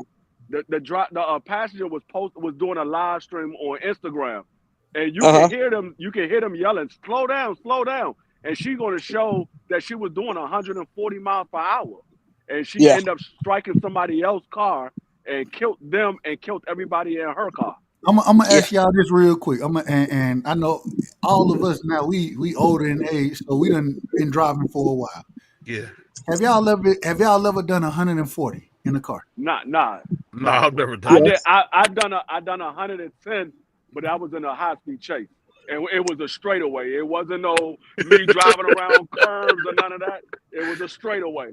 I did 110, but like I said, nah, I've never done 140. And I've most done people, 150 on the freeway but at night. the thing is most people don't understand how the car is going to react going that speed. And that's Yeah. another thing too. It's like I go through a lot of driver defensive courses, so I know how my car handles. I know every aspect of my car. I know how fast I can go, and when I hit this turn, I know how fast I can go on a straightaway without that traction on that tire start to slip. Because we got to understand, yeah, you might be in a fast car, but if you don't have the original tires that's supposed to go with that car, that traction on those other tires that you get, you might want to get some low profile tires or whatever have you. The traction might not be good enough for the speed of that car because You got to they, understand this too. This is what you yeah, got to understand about speed. You can't be driving at excessive speeds if you have power steering. yeah, that too, yeah, because that power steering is the slightest hit on that steering wheel would You're turn gonna the roll. tires. You out of You're Yeah, order. gonna roll. You're going to be out of order. You're gonna roll. And You're gonna roll. yeah, and the thing, the other thing is like because we don't or because they didn't they and me personally, I ain't no fast driver like that. I used to be. I ain't gonna lie to you. I used to be, but I learned my lesson. I learned my lesson the right way. Um, but at the same time, man, you got alcohol involved. You're driving these high speeds. You don't understand the speeds that you at and how the car is gonna react. It's so many variables, and when you're going that fast, it don't take nothing but that much before you out of order, your car out of order, and you don't. And 9 times out of 10, what happens when the car start to slide one way? A inexperienced driver is gonna do what? Overcompensate. yeah, And when you overcompensate, that's when that motherfucker started rolling and flipping and all that kind of shit. And yeah. so At 17 years old, she ain't been driving long enough to do none of that. She just exactly, got her license yesterday. Now exactly. I'm gonna tell you when I got my license at 18. I got my license at 18. Yeah. I didn't start driving fast until I was probably somewhere around 27, 28. That's when I started like literally having a heavy foot. Like right now, if I'm on a highway, I can't do under 75, 80 miles per hour. I feel like I'm driving too slow. And that's because a lot of times when I was in Germany and when I was in Texas, the Texas speed limit is 75 miles per hour. That's their actual speed limit. So I'm used to driving somewhere around 70 miles or faster. So I can't drive slower than What do 75, they 80 tell you miles per on the hour. driver's test, D Free? You have to keep up with the flow of traffic. Yeah, that too. That too. Because Yeah. a lot, and that's something else too. A lot of people don't know you can get a ticket for driving too Too slow. slow. Yeah, yeah. You could be a danger to if you're driving too slow. And then, yeah. But the thing is so, okay, 75, 80 miles an hour, that's one thing.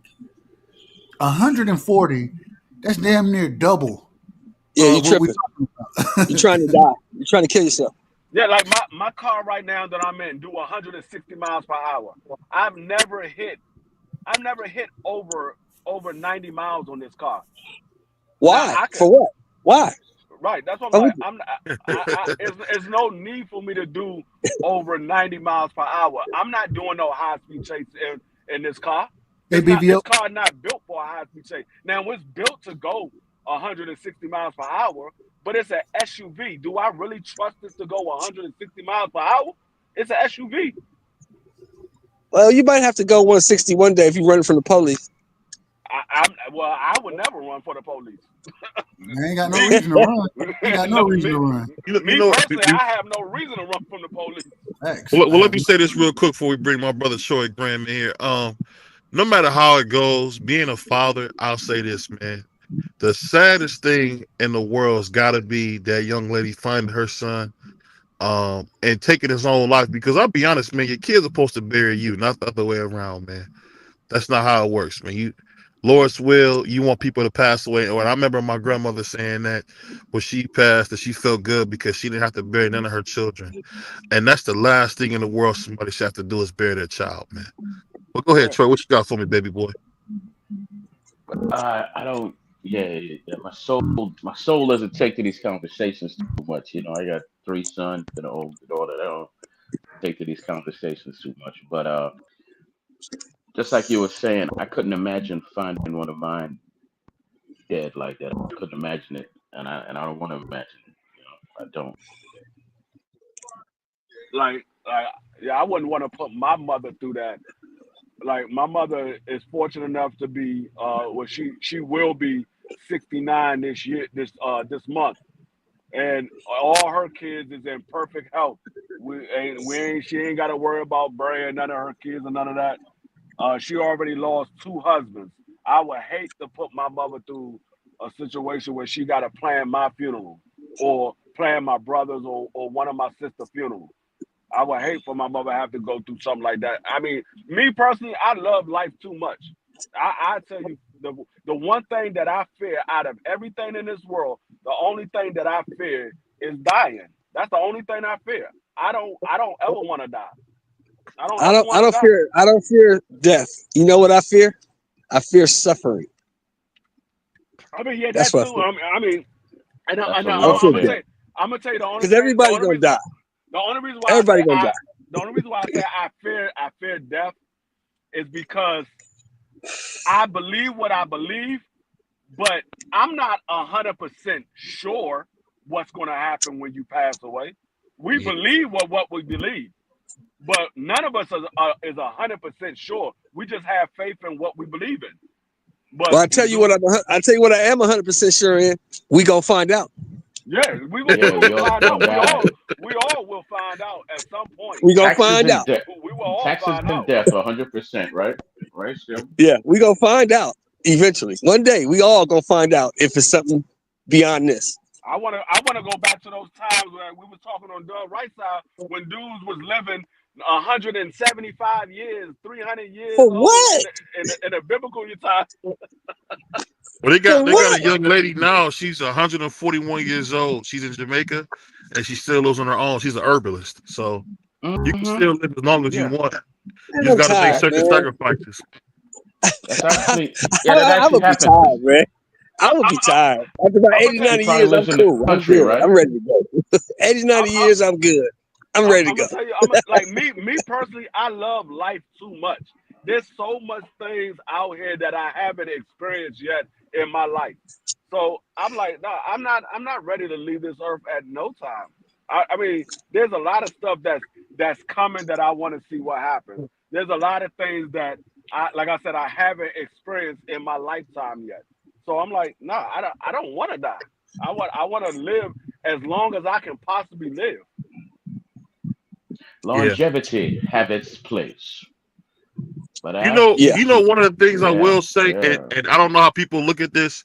I remember my grandfather said something I'll never forget. He said he got to an age where he didn't recognize the people that around him and the things that were going on, and he was ready to go. And I think that's what happens in life. I think once you kind of lose the reason that you're here, you don't have certain people around, because at some point all your friends are going to die, everybody you knew is going to die, and then you're going to be around people you don't know. So I get it. At the end of the day, I'm not scared of death because, as we head into, one of my favorite days. This is Palm Sunday, one of my favorite weeks, man.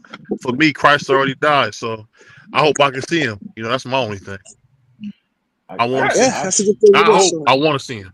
Yeah, I Yeah, hope what I hope. I mean, I believe what I believe in, and I believe that that's what's going to happen. But like I said, none of us is 100% sure because none of us that I know of have ever talked to anybody that passed away. No, and if you So do, I you're couldn't scared. say that. I can't say that. Now, if you do, you're dead. That's what happened if you do. And if you're No, talking to him, no, you're dead. no, no, No, we no. not say that because some No, people like to no, talk to them no, fortune tellers and stuff, man. Well, no, let me. no, I no. just want to say this right here. Go I ahead. think that at the end, and it's not about fear of death. The reason it's not about fear of death. Anybody who know anything about science, and maybe I'll say that this ain't scientific, but energy is neither created. Hey, energy it only transfer.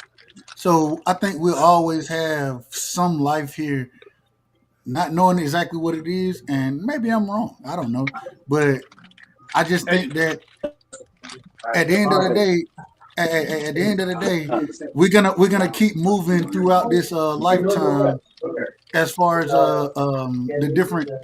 Uncle Shelton, you got some background. yeah, he talking in the background. I All got I'm saying my is brother at the Drew end of the day, scared. we're gonna keep moving, and who knows what life looks like after this physical life. But I think it's much more to us than just this physical life. Me Yeah, personally. I think like it's not so much the fear of death, it's more so the fear of the unknown because we don't know.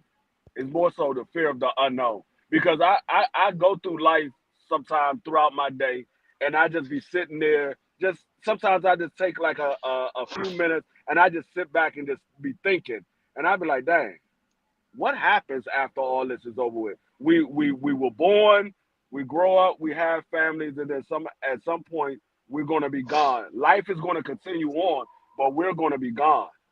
And I'm Yeah. like, because I think about all the people that I've lost in my life, and I'm like, Dad, we still going on, but these people died 20 years ago, 30 years ago. Like my father passed 35 years ago, so I'm like, Dad, we still going on, but they're resting somewhere, or they in another place, but we're still here.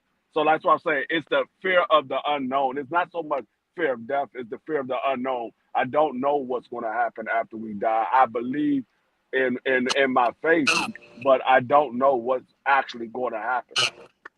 Hold on 1 second. We got my Well, God, well, man. He saved from ye- Liberty City, but he from Columbus. Hold on, what's that? yeah. Shout I out actually, to my man. Shout out to my man. Ohio runs boxing, man. You know, it's really Cleveland runs boxing. As I tell him all the time. Well, Alvin, he's the chipmunk. Shout out to my man Ohio runs boxing. What's going on, man? What's I good, actually want to man? come on after brother. How y'all doing, man? I All right. just got off work, man. It was a long night. I just tapped in. So y'all was talking deep, man. I said, oh yeah, let me get on here for a second, man. Talking about Yeah. life and death, man. That's what's up. You know the saddest, the funniest thing is I remember hanging out with my grandmother, and she would say little scary, little spooky stuff like, "You're gonna be watching TV Land and be missing me, boy. One day you're gonna be watching this." I'm thinking, you don't shut up so I can watch Andy Griffith. I don't even want to watch this. But now I'll turn on Andy Griffith and I get to thinking about the old girl. It's just Mm-hmm. amazing how that works, man. She told me that years and years ago, and it's crazy to say my grandma been gone 5 years, y'all. That's crazy. Mm. I My got a Yeah, grandma gone. Go ahead. yeah, Big Ma died when I was in the 8th grade, going to the ninth, yeah. and That's when my father passed. I was and in and, eighth grade, going to the ninth. and I still, I remember a lot of the things that Big Ma told me as a kid. So hey, shout out to Big Ma, man. Yeah. yeah. But you know what's so I funny? actually Them older folks, one thing I always would say, they wasn't worried about. That's one thing I always could say. My aunt Annie, who passed, them people wasn't scared of death, man. They celebrated it. You know what I They mean? They was ready to celebrated go. going. Hey, look, Big Mom said she said, nah, nah, nah. And I remember how everything happened. She Yeah, had high potassium, right? yeah, Too much potassium in her system, so they made her drink this thick brown liquid. I don't know what it was, but when she drinking it, I remember watching her gag and all. I'm like, man, I ain't never seen Big Mom like this, and I yeah. hated it. I hated it, and she hated it. If that makes sense. And so, man, oh man, people, she didn't. She made it clear, man. If I'm gonna be on my last, you know what I'm saying, and I got to be taken care of. I can't move around. I can't tell you this is Matty Pearl Jones from Warner Robins. If I can't do none of that, man, I ain't trying. Man, let me go. Let me go. Hey, and that's all my girl. What my look. grandma said. Don't have me here half dead. What you doing? Let me go. Let me go. I I actually got a question, but it has nothing to do with the Go ahead. subject matter we're talking about. Yeah, because I actually came on to ask. Because yeah, I don't know if it was you or Dub that mentioned goats, and it popped in my mind every time when it comes to basketball, and you hear hear the word GOAT, you never hear Bill Russell's name. I don't understand why. Every time when it comes to boxing, you never and somebody says the GOAT, you never hear, you know, what's his name, Holyfield, and I don't understand why. Because his best No, win is both. George Foreman. That's why, dog. No. Holyfield's the most accomplished heavyweight champion in the history of boxing. Dude, And George, as yes, Doug say respectfully, man, Holyfield was nice, but man, it's plenty of dudes that'll beat the life out of him, bro. he was the most Joe accomplished Lewis would f heavyweight in him up. boxing.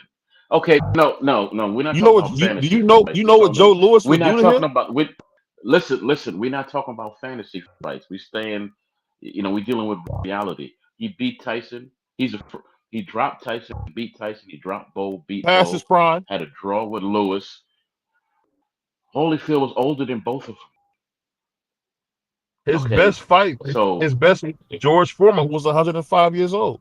Hold on, Troy. Are you saying? George, Hold on, Troy. You're saying Holyfield is the GOAT of boxing? Is that what you're saying? in my opinion, in heavyweights, when it comes to heavyweights, because there's nobody more accomplished than him. The man got knocked out by James Toney. He got knocked. The fight was stopped, but there's no. All right, stop. Listen. Stop. Listen. Let me finish my point. Holyfield. Let me finish my point. Let me finish my point. Hold Let me on. finish my point, Dub. But if you're making this argument and you saying that this man is the greatest of all time, he's the GOAT. And He's I'm the telling most you, accomplished heavyweight champion of all time. Who's more accomplished? Not over than him? Usyk, bro. What are you talking about? Holyfield's the only heavyweight that's a 4-time heavyweight champion. Holyfield's the only heavyweight, that's an undisputed cruiserweight plus an undisputed, no, Usyk is heavyweight too. champion, Usyk is too. right? Usyk is No, Usyk is not undisputed heavyweight. Where you getting that from? He was He's not undisputed. What the hell are you talking about? I don't even cuss, man. What the hell are you talking about, Joe? Hold on. Are you saying you're saying Usyk wasn't undisputed? Exactly, because how's he undisputed, man? If somebody else got a belt, He just lost that belt. He just lost that IBF belt. He was undisputed. Are you serious? Hold on. Are you serious or are you joking? He trolling. No, I'm not serious. Why don't you ask me a question and let me answer it instead of asking a question then answering it? I didn't answer the question. Thank you. I didn't answer the question. I got you. Well, I'm talking to the brother who keeps answering the question after you ask. Okay, my bad. Okay, go ahead. Got you. If I'm wrong, I'm wrong. But Usyk is not as accomplished as Holyfield, man. He's not. Well, he was undisputed. He was undisputed at cruiserweight. He won the Super 6 at cruiserweight, and then he was undisputed against former unified former WBC lineal champion. Fury. Fury. I actually forgot about that stupid fight, but yeah, but that still don't take away from Holyfield. He's still over Usyk based on the competition and the wins. Usyk is undefeated. When I say names like Lewis, Tyson, Bo, and all that, Usyk don't got nobody on his resume he got Joshua. Stop it. Tyson Fury. Stop it. These are good fighters, man. You good. I said Hall of Fame. Great. Hold on. 3 greats. Hold on. Wait a minute though. But the man had, and correct me if I'm wrong. You know it better than I do.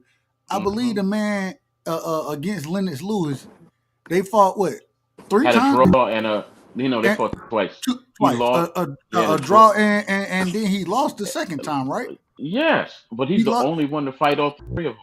He fought John Ruiz. That's when he was an old man. Hold on though. He fought John Ruiz, and the man went life and death with John Ruiz, bro. And what does that have to do with his accomplishment? Hold on, wait a minute. I'm not trying to denigrate the brother, man. I'm not doing that. What I'm saying, you're calling him the GOAT. You're saying that he's the GOAT. Yes. Yeah, because he's the most accomplished heavyweight. We just did fight with the same accomplishments. No, he's 4-time heavyweight champion. Gold medal. He is a 4. So does no. He was robbed of his, but he's 4. No, he don't have one. Ain't no, he was robbed. He don't have one. That has nothing to do with the pros. He was robbed. 4-time heavyweight champion, brother. Usyk can't top that. Usyk can't say that. Man, I'll put it like this: Nobody in Usyk the will beat history of the boxing life can out of say that. Evander Holyfield, bro. The only way And, you become 4 times is Hey, if you you out of if your you if you mind. and we taking will never L's. know. If you taking L's, that's the only way you And, became a Yeah, 4 time was Because he you because you going. taking fighting no, L's. everybody. that's Dub. What are not you talking about? that's not true, Dub. You have to win you have to lose 4 times and win 4 times to get them. Why are you leaving out the wins? Did you forget that Riddick Bowe beat the life out of him? Did you It doesn't forget that wash he away beat the the life four out of the Riddick four Bowe in the the four second times he fight? was heavyweight champions. It does not wash that away. Didn't All Riddick the knock him losses, out the third fight? all the losses you could He bring had up does not. hepatitis C. All the losses you bring up cannot wash away all his accomplishments. So just keep rattling off the losses, and I'll keep coming back with wins. Well, I'll say this, man. Shout out to my man Troy with the most asinine argument I ever heard, man. Hold on, Shout out to BBO. G Nah, Free. nah, Let me say this. nah. I gotta No, say no, this. Oh, no. I gotta say this. I gotta say this. I go gotta ahead. say this. Mhm. Even when we talk about Riddick Bowe, I believe they fought 3 times. They Uh, did. the first time he lost. The second time he Making won by, I In one of believe the it was a split. greatest fights Hold ever. on, man. Hold on. I believe the second time he won by a split decision, and the third time he lost. Oh, Yes, he did lose. He was stopped for the first So time. what are He we lost. He talking? was So how? stopped. And so you're What saying does this that man is have the to do with goat? his accomplishments, though? What does that have to do with his accomplishments, bro? that's your No, mic no, making that no, no. really You're saying sound. that Dub. this man is the goat. You're saying he's the goat. Do me a Exactly. favor, Troy. Go out and come back in. Your mic is making a crazy noise.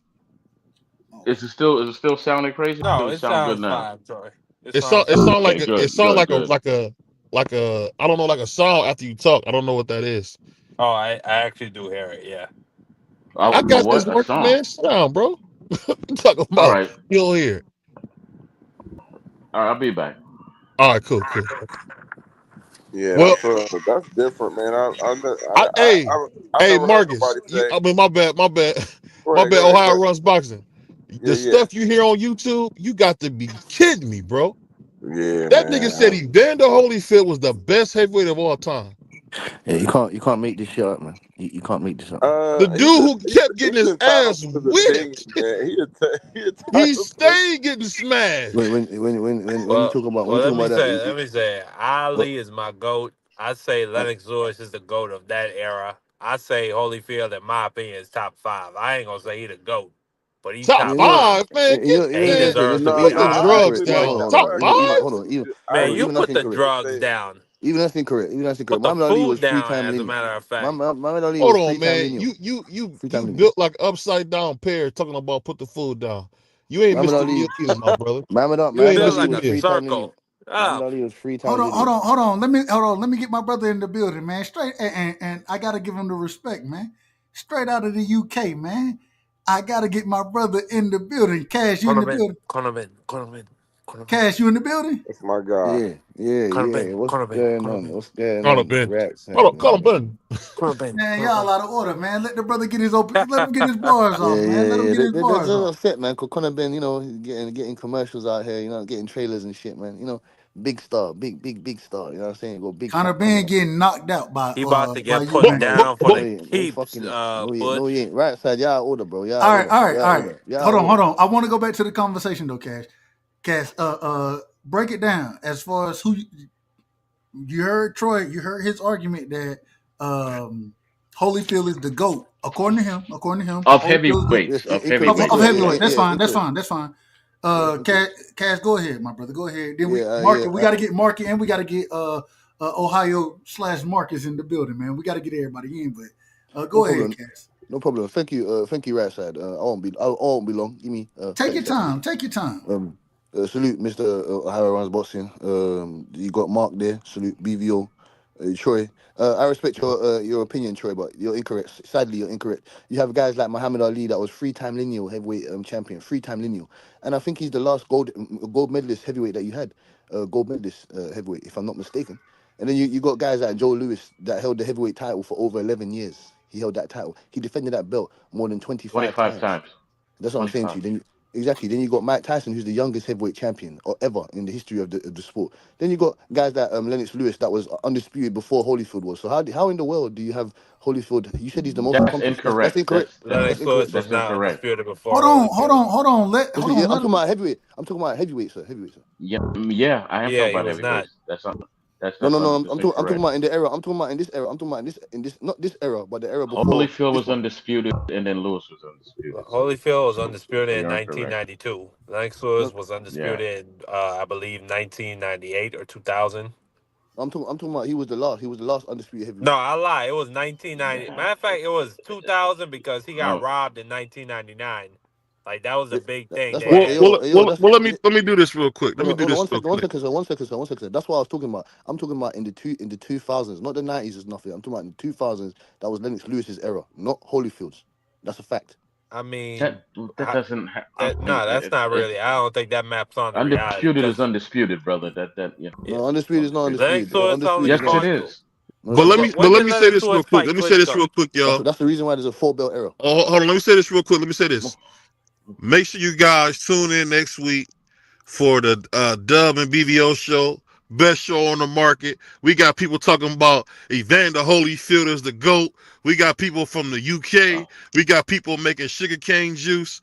Man, we doing it big over here, man. Racist. And the 2025, man. So make sure you Yeah. keep your eyes up on the Sports Talk Network. What you got for us, Dub, before we get out of here, man? Hey, sugarcane juice is crazy work, man. Real quick, No, that's it's not, crazy work. son. You ever had sugar cane juice? No, I Or haven't. you I never haven't ate a had it. sugar cane? No. You, No.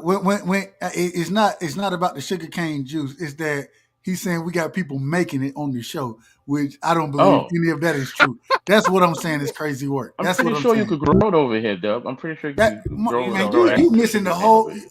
You out of order. Man, that's what Troy do, man. He an old man. Shout out to the old man, Grandpa Troy, What are man. you talking? I mean, hold up. I don't give a damn about that because the Lord has blessed me with a long life. Doesn't mean I'm old. It just means I'm blessed. But, what are you talking about, that Dub? Hey, you No. you're can't be sensitive old. on this panel. If you sensitive, don't come on the panel. We don't do that over. We don't get the you all upset stuff. We don't do that here, man. If you can't take a joke, don't come on the panel. But Go I'll ahead, say Dub. this, man. The cool thing about all this is, guess what, man? There's another win for Sports Talk Network. We having fun. We doing stuff y'all ain't never seen, man. And who would have thought who's gonna be here next week? Next week we gonna have a guest, man, and it's gonna surprise you who we gonna have, man. So keep your eyes open. Give us our final words. We got here, Duck. You got RuPaul coming, right? RuPaul. Now we have Hey, the RuPaul of boxing. The RuPaul of boxing hey, is here. So hey! I heard hey, your shout out to boys in I Sombrero, heard your man. boys in Shout out to Columbus was sweet, Sombrero, man. That's man. My crazy. brother Sombrero. I heard y'all Shout out was to my sweet in brother Columbus. Sombrero. And shout out to Dub, the White Howard's best friend, man. So shout Oh, here we go. Whoa.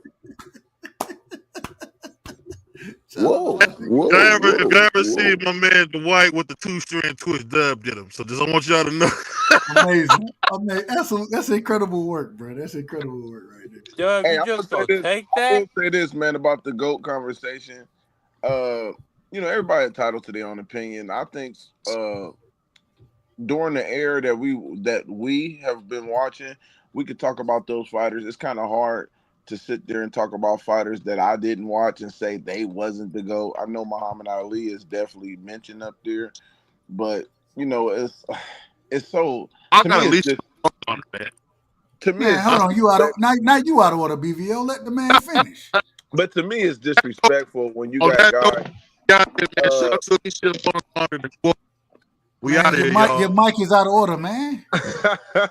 but to me, it's disrespectful when you got guys like even when the Jordan and LeBron debate, you got guys that didn't even watch Jordan in this new era where they say he's not the gold and but they go off is highlights and statistics, and I'm like, could you listen to somebody who only seen your highlights and reading statistics tell you if you're good or you're the goat or not?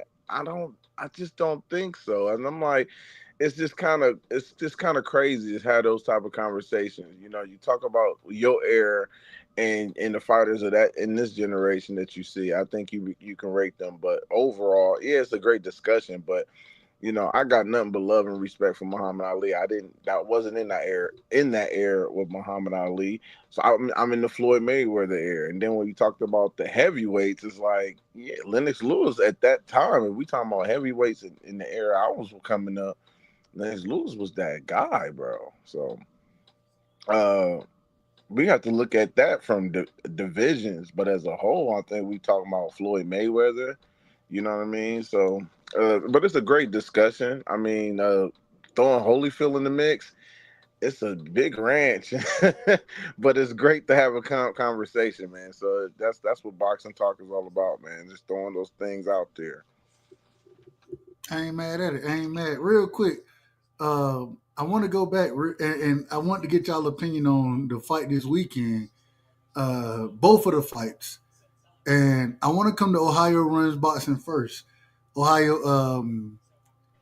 I want to go to the Raymond Ford versus Matisse fight. Yeah. It seemed like, and I'm just gonna be honest. I think that brother from your neck of the neighborhood, Yeah. or your neck of the woods, um, it seemed like the man didn't come to fight. It seemed like he No. came in there just to put his high guard up and talk shit and take punches. That's what it Yeah. looked like. That's what it looked like. And I haven't seen it. I done heard stories about it. I haven't seen it. I seen Montana Love in the corner. I did see Montana Love in the corner, Mm-hmm. but um, I've heard the story that Montana Love said you got to go in that motherfucking windmill.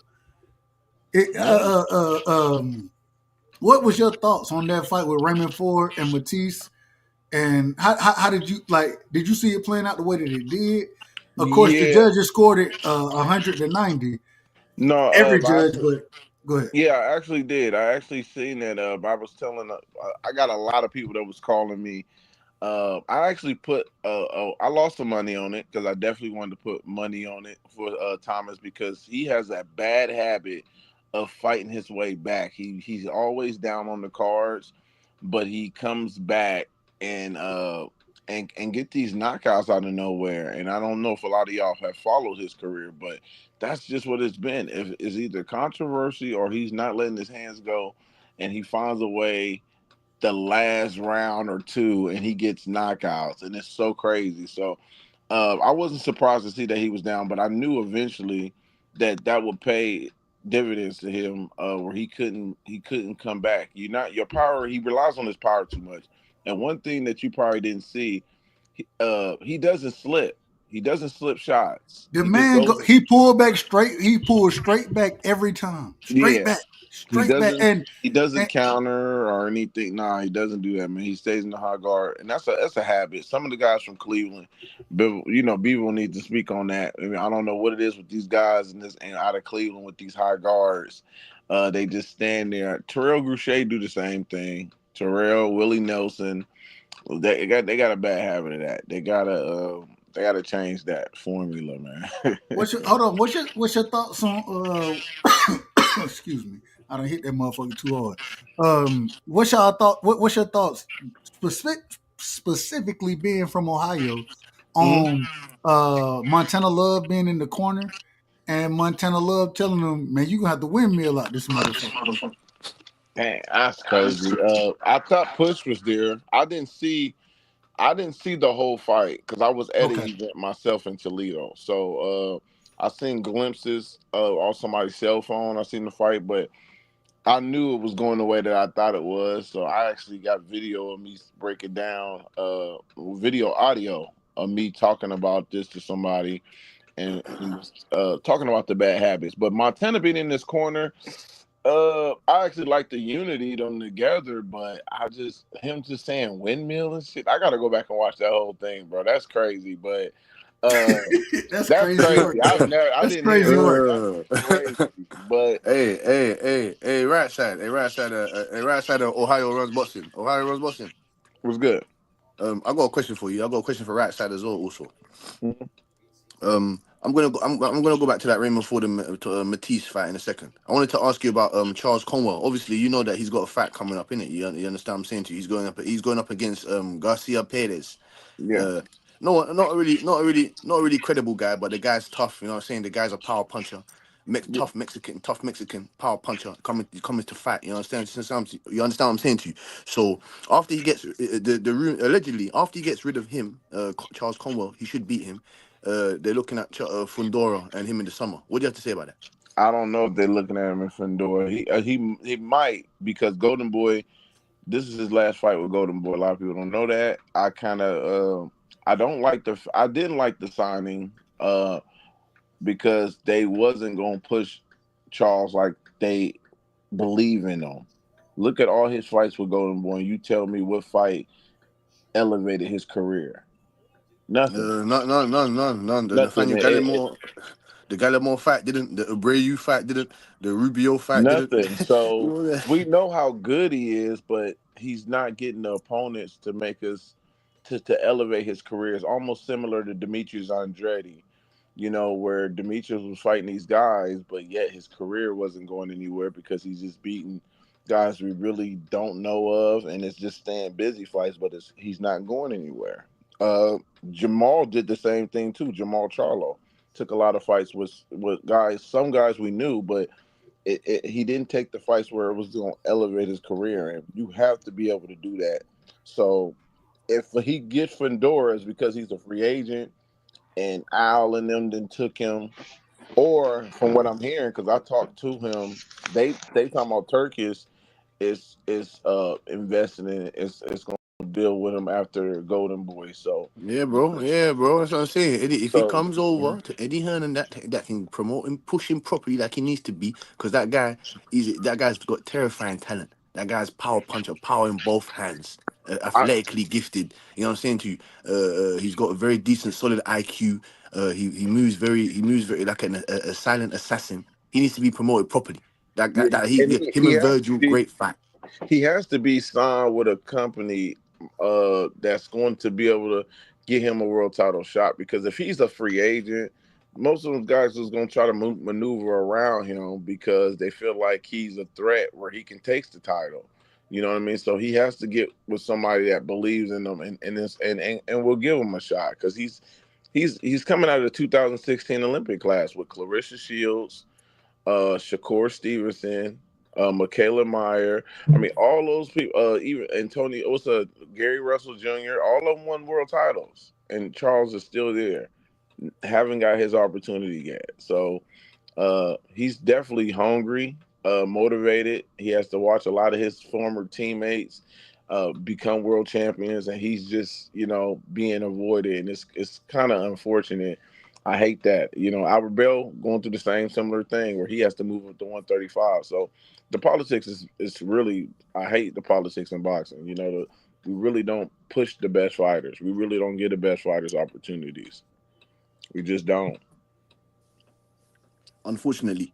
And you was just speaking of Albert Bell. I would have loved to see Albert Bell against Raymond Ford. I would have preferred that matchup. Raymond Ford ducked that fight and took Thomas Matias. So they already. Oh, wait a minute. Raymond, hold on. You said Raymond Ford ducked. He ducked Albert Yeah, Bell. Correct. absolutely.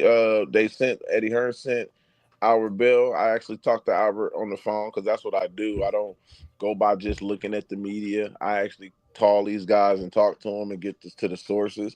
And I said, Albert, is this all for real? And he said, yeah, but Raymond Ford, he told me, this is what Albert said. He said, but go look at what Raymond Ford is saying. He said, the offer is real. He said, we'll take it. But go look what Raymond Ford said on his Instagram and his Twitter. So I go look, and Raymond Ford saying, yeah, I heard, we ain't heard nothing about no offer. And I said, huh? How you not hear about the offer, but yet there are storylines saying that they sent an offer, and then you got Eddie confirming that he sent the offer, but yet y'all ain't heard nothing. And this is what Albert said. He said that is a sign that they're not going to fight me. They're not taking that fight, and they didn't. They didn't. They took Thomas Matias, who's with the same company with with Albert Bell, with Plus Management. That's Vic Green. He's out of Toledo. So Thomas Matias and Albert Bell's with the same management company. What a coincidence that you don't fight Albert, but you take Thomas Matias, who's in the same stable. So I just gotta say this, and I understand what you're saying, Teach. I understand what you're saying, but Albert Bell, me personally, I know this for a fact. I don't follow Albert Bell for a while. Mhm. The man can fight.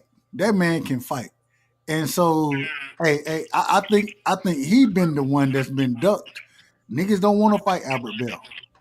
Oh They, no, they, it's been a lot. It's been proven. I even said this. I've been telling people.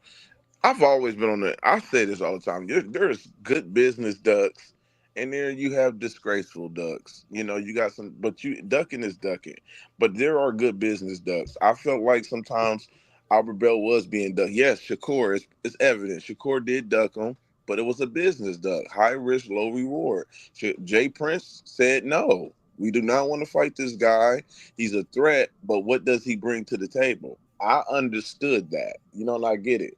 But eventually we need somebody. Jamel Herring, Navarrete, they all ducked him, and Brad Goodman, who's the matchmaker for Top Rank, said this on Top Boxing Voice, the Boxing Voice with Ness. So I actually used that video and put it on my page and shared it, and it went viral too. A lot of people seen that. But Brad Goodman is the matchmaker, so when he said that, he also tried to clear it up too, because he said, "Hey, that we had champions that ducked Albert Bell," but he also said, hey, "But it's not wrong. That it's a good duck." Blah blah blah. And I understood it, but I'm not going to sit there and say, "Oh, they ducked because they scared." Albert was in a position at that time where he's a high risk, low reward. But the WBO dropped the ball by dropping him because they should have had him being mandatory to fight him so he can get an opportunity. Instead, they took him completely off the rankings, like the man don't even exist.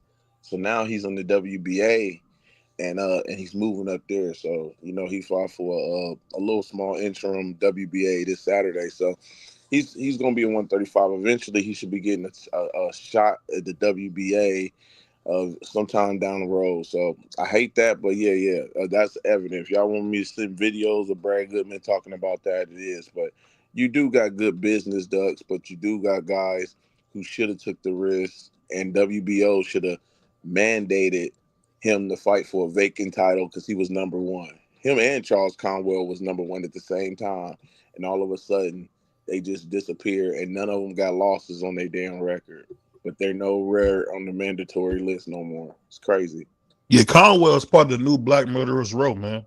They Mm. didn't let that brother get no shine. I don't know about that. I don't know about that. I don't know about that. But I think what they're gonna do, I'm gonna say You're a this. tad bit out of order with that one, BVO. No. I think people. This is. I said this today. This is crazy that he actually said that. I actually think, and y'all just mark my words.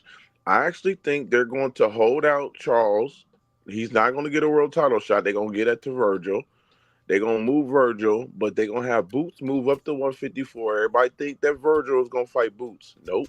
They're gonna have Boots prepared to fight Charles Conwell, Murderous Row. Those two guys are gonna go first. They're gonna take one of these guys out. We gotta get one of these guys out. And it's gonna be Oh, I Charles and don't Boots. know about that. I don't know about that, Hold on. man. Let me tell hold on. Let me tell you Go this. ahead. Go Hold ahead. on, let me say this though. Charles Boots already sent an offer to Charles when he was trying For to go to what? 154. Hold on. Boots already sent an offer to Charles when he was about to go to 154. Do you remember that? That was the first fight he wanted at 154. I have heard that. I have heard that. And then Charles said the money wasn't good enough, and I still didn't like the fight because there wasn't no belt. I thought Charles was trying to go after a belt. Like fighting Boots is cool, but he's moving up. Let him get stable at 154 or one fight, and then it'll be cool because then it'll be look like, well, damn, Charles is the stronger guy, and he just beat Boots. A lot of people will try to discredit that, but again, I think that's still a good fight. But that's what I think is going to set up. They're going to eventually have Boots. Mark my words. It's probably going to be Boots and Charles because Charles is still up there. He's winning fights, but they only can maneuver around him so much. He's But still there. he ain't fought nobody. No, but here's my thing. Thank you. He was he was the number one mandatory for the WBC. And then Earl Spence jumped him. Then Earl didn't fight. He was on a long layoff. Then Sebastian jumped him. Then Sebastian, he got knocked out, and he still got a world title fight because he went PBC. So the Berlicek got it too. Berlicek jumped him. So all these guys, Xander Zayev just jumped him.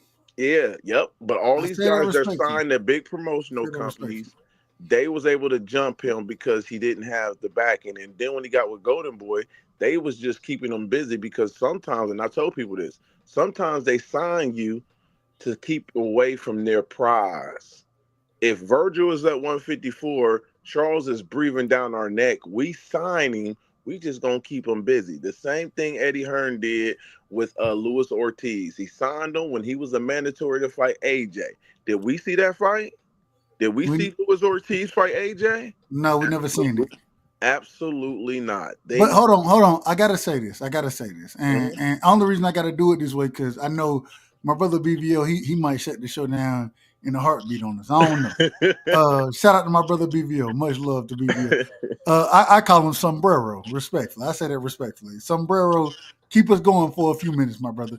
Look, Charles Conway right now, and I'm looking at the rankings, right? At 54, Sebastian Fundora is the WBO champion.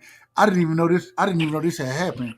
But Sebastian Fundora is the WBA champion. Terrence Crawford is is the interim champion. Mhm. Okay. Charles Conwell is number two. Xander Zayas is number one. Bakram Murtazaliev. Y'all know I got a slow tongue. Charles Conwell is number 14 in that situation. Sebastian Fundora in the WBC. Virgil Ortiz in the WBC. That's the fight I want to tell y'all. That's the fight that I want to see. I want to see Sebastian Fundora versus Virgil Ortiz. I would love that fight. Me personally. This is just me. In that situation, Charles Conwell, number 5. Bud, we know Bud. I don't. Bud say he's gonna come back down to 54. I think Canelo is the cash out fight. I don't think Bud coming back down. Tellez, shout out to Tellez. I think he's a good fighter. He's the interim champion, and yep, Conwell is not in the rankings. How is Conwell gonna get a fight with it doesn't make sense to me. With a boots in is moving up to 54. How is he getting that fight? Well, I'll say this, man. We got to stop with the labeling of these youngsters now. These young fighters in this era. The whole Four Kings thing. Ain't no Four Kings. Uh, we talk about Boots and the other cat being, the new. Um, what did the brother say? Murderers Row. Nah, that don't fit either. Because nobody. It just doesn't fit because those cats were actually banned by the mob. They just wouldn't. They just Oh wouldn't take Lord. dives or wouldn't do anything, and they were the top fighters of their day. These cats, man, these cats are. They look good, but who have they fought and who have they beat?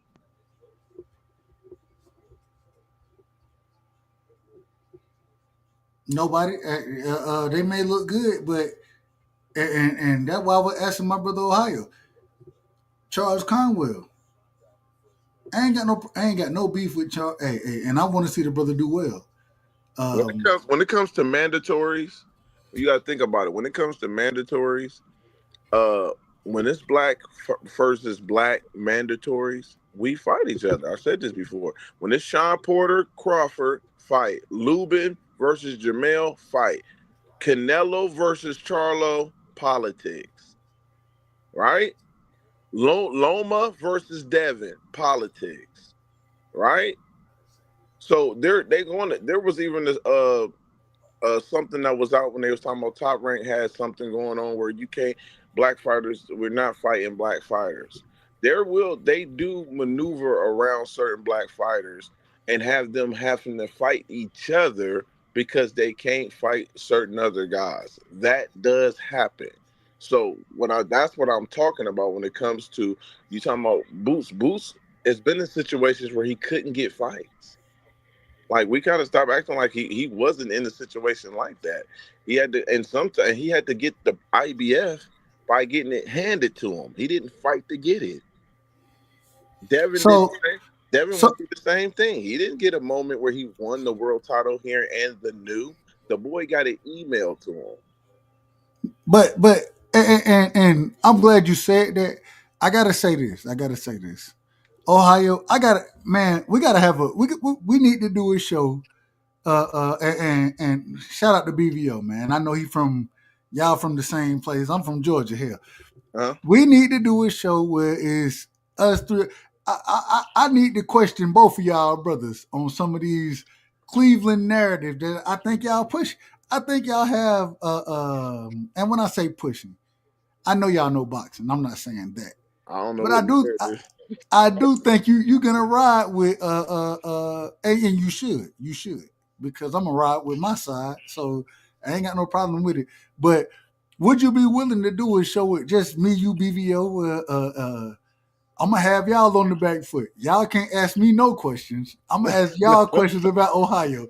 Are No, you no, willing that's to? man, that's fine. No, no, no. I definitely I'm more unbiased than people think, man. I call if I see certain things from my neck of the woods or fighters, I call them out, bro. I don't, and it's how you do it. So it's like my thing is I've never come off rudely, but if it's something like I don't sit there and just be blind by emotion and I'm a hardcore. I see how Bud fans is. I see how Earl fans is, Pacquiao fans is, and I say to myself, I don't never want to You be want to like be that. like that? I don't want to be Never. that biased. I don't They want to be get that so biased. delusional. I mean, you listen to Bud fans now. That boy gonna move up, and he's stopping Canelo, and without no tune-up, it's just that's just what's gonna happen. And I think you discrediting the guy by just making it think it's gonna be that easy. I think Man, you're listen. discrediting Crawford by thinking it's gonna be that damn easy. But Listen, that's just my Bud opinion. has the opportunity. Man, I'm all right. All right, I don't want to go too deep into this Yeah. conversation because this is going to be another 45-minute conversation Right. when we Right. start it. But But mhm. I want to pass it around real quick to all the brothers. Ohio, hold up for a second. Yeah. Yeah. Yeah. I'm good. I got you. I want to go to my brother Troy. I want to get my brother Cass in the building. We're getting ready to shut the show down. Troy, go ahead, man. Give me your last statements tonight, and then we're gonna move forward. Well, I Respect, can say and I say this. that, and I gotta tell you, you out of order with the whole and Holyfield. Yeah. yeah, you No, lucky I I'm ain't not. got my you lucky I Yeah, ain't you No, got I'm the not. drop. yeah, You yeah, lucky I yeah, ain't you are got the Troy. No, drop. I'm not. Yeah, older Troy. Yeah, older. No. Hold Yeah. on. You out of order with the Holyfield being the goat shit. The man wasn't Of the goat. heavyweights. Actually, keep leaving that out. Okay, of Heavyweights. heavyweights, he wasn't the goat of Yeah. heavyweights. He wasn't. Okay. Well, that's your opinion. This man got Just like I beat. have my Never mind. Never opinion. mind. I'm not gonna get into it. I'm not getting into it. Keep Go talking ahead. about who. Okay. Give me your last statements, my brother. Let me say Nope. this. My Let me apologies. say this then, right? When it comes to heavyweights, I really have it ranked like this: Lewis, Holyfield, and then Ali. Hold on. Those, You those just to said that. me, Hold on. You just said I know Holyfield is that. the goat, I but you know what put I Lewis said. over him. I know what I said. I know what I said. I said to me, just like I was telling you with Holyfield, that still holds to be true. But it's Lewis, Holyfield, and then Ali. But when How you, can Lewis So be go. over Holyfield, but Mhm. Holyfield be the goat? Yes, I make it make said sense, it, Troy. listen to what I said when I got on. When you talk about ghosts of boxing, how come we never mention Holyfield? Lewis gets mentioned, Ali gets mentioned. So you got to listen to what people say before you say that they this, that, and the third. Holyfield's never mentioned when that conversation So comes up, Holyfield and, isn't. There can only be and to one me goat. that's not right. And There to can me only be that's not one right. goat. Troy, That's the Troy, same thing, is Lennox right? Lewis more? Is Lennox Lewis a better heavyweight than Holyfield? No, All right, Troy, give me your but let last me words, finish. brother. I didn't even finish my No, point. no, Yeah, let him see, finish. Let him finish. We're gonna let him right. finish. Go ahead. My apologies. Right. Yeah, because I asked two. It was a two-parted question. I asked about Holyfield and why he's not mentioned. I asked about Bill Russell and why he's not mentioned. And these are real questions for me because to me it doesn't make any sense that these two men are never mentioned when you talk about goats in their field, right? Bill Russell again. No one's done what he's done. Holyfield. No one's done what he's done. Joe Lewis. No one's ever going to do what he's done. No one's going to hold the belt for 11 years and defend it 25 times. At least not in my lifetime. I'm going to see that happen. Right? So you just got to you got to be fair when people ask questions and not telling them that they fools and they old and this, that, and the third about having their own opinion. That's why I said that about me not being old. I just have my own opinion and I like interesting conversations. That's all it is. But go ahead. No, we getting ready to shut it down. My brother Cass, man. Shout out to the UK. The Yeah, man be yeah. out of order, but he definitely in order tonight. I ain't gonna lie to you. He all the way in order tonight. Cat, respond to whatever you want to and give me your final statements, my brother. Yes, thank you, Dub, man. You get me. Salute to you and you get me your beautiful platform. Once per usual. Everyone, and yeah, man, Troy. Everyone's got their own opinions, like you said. Opinions are like a-holes. Everyone's got one. And I never called you old or nothing like that, though. So I don't know if you was exuding that message to me, but yeah, man. I respect what you're saying as always. I respect what everybody says here as always. You know what I'm saying to you. This is why we love boxing, and boxing is how it is because it's so passionate. We're very in tune with our our opinions. But neither there or here.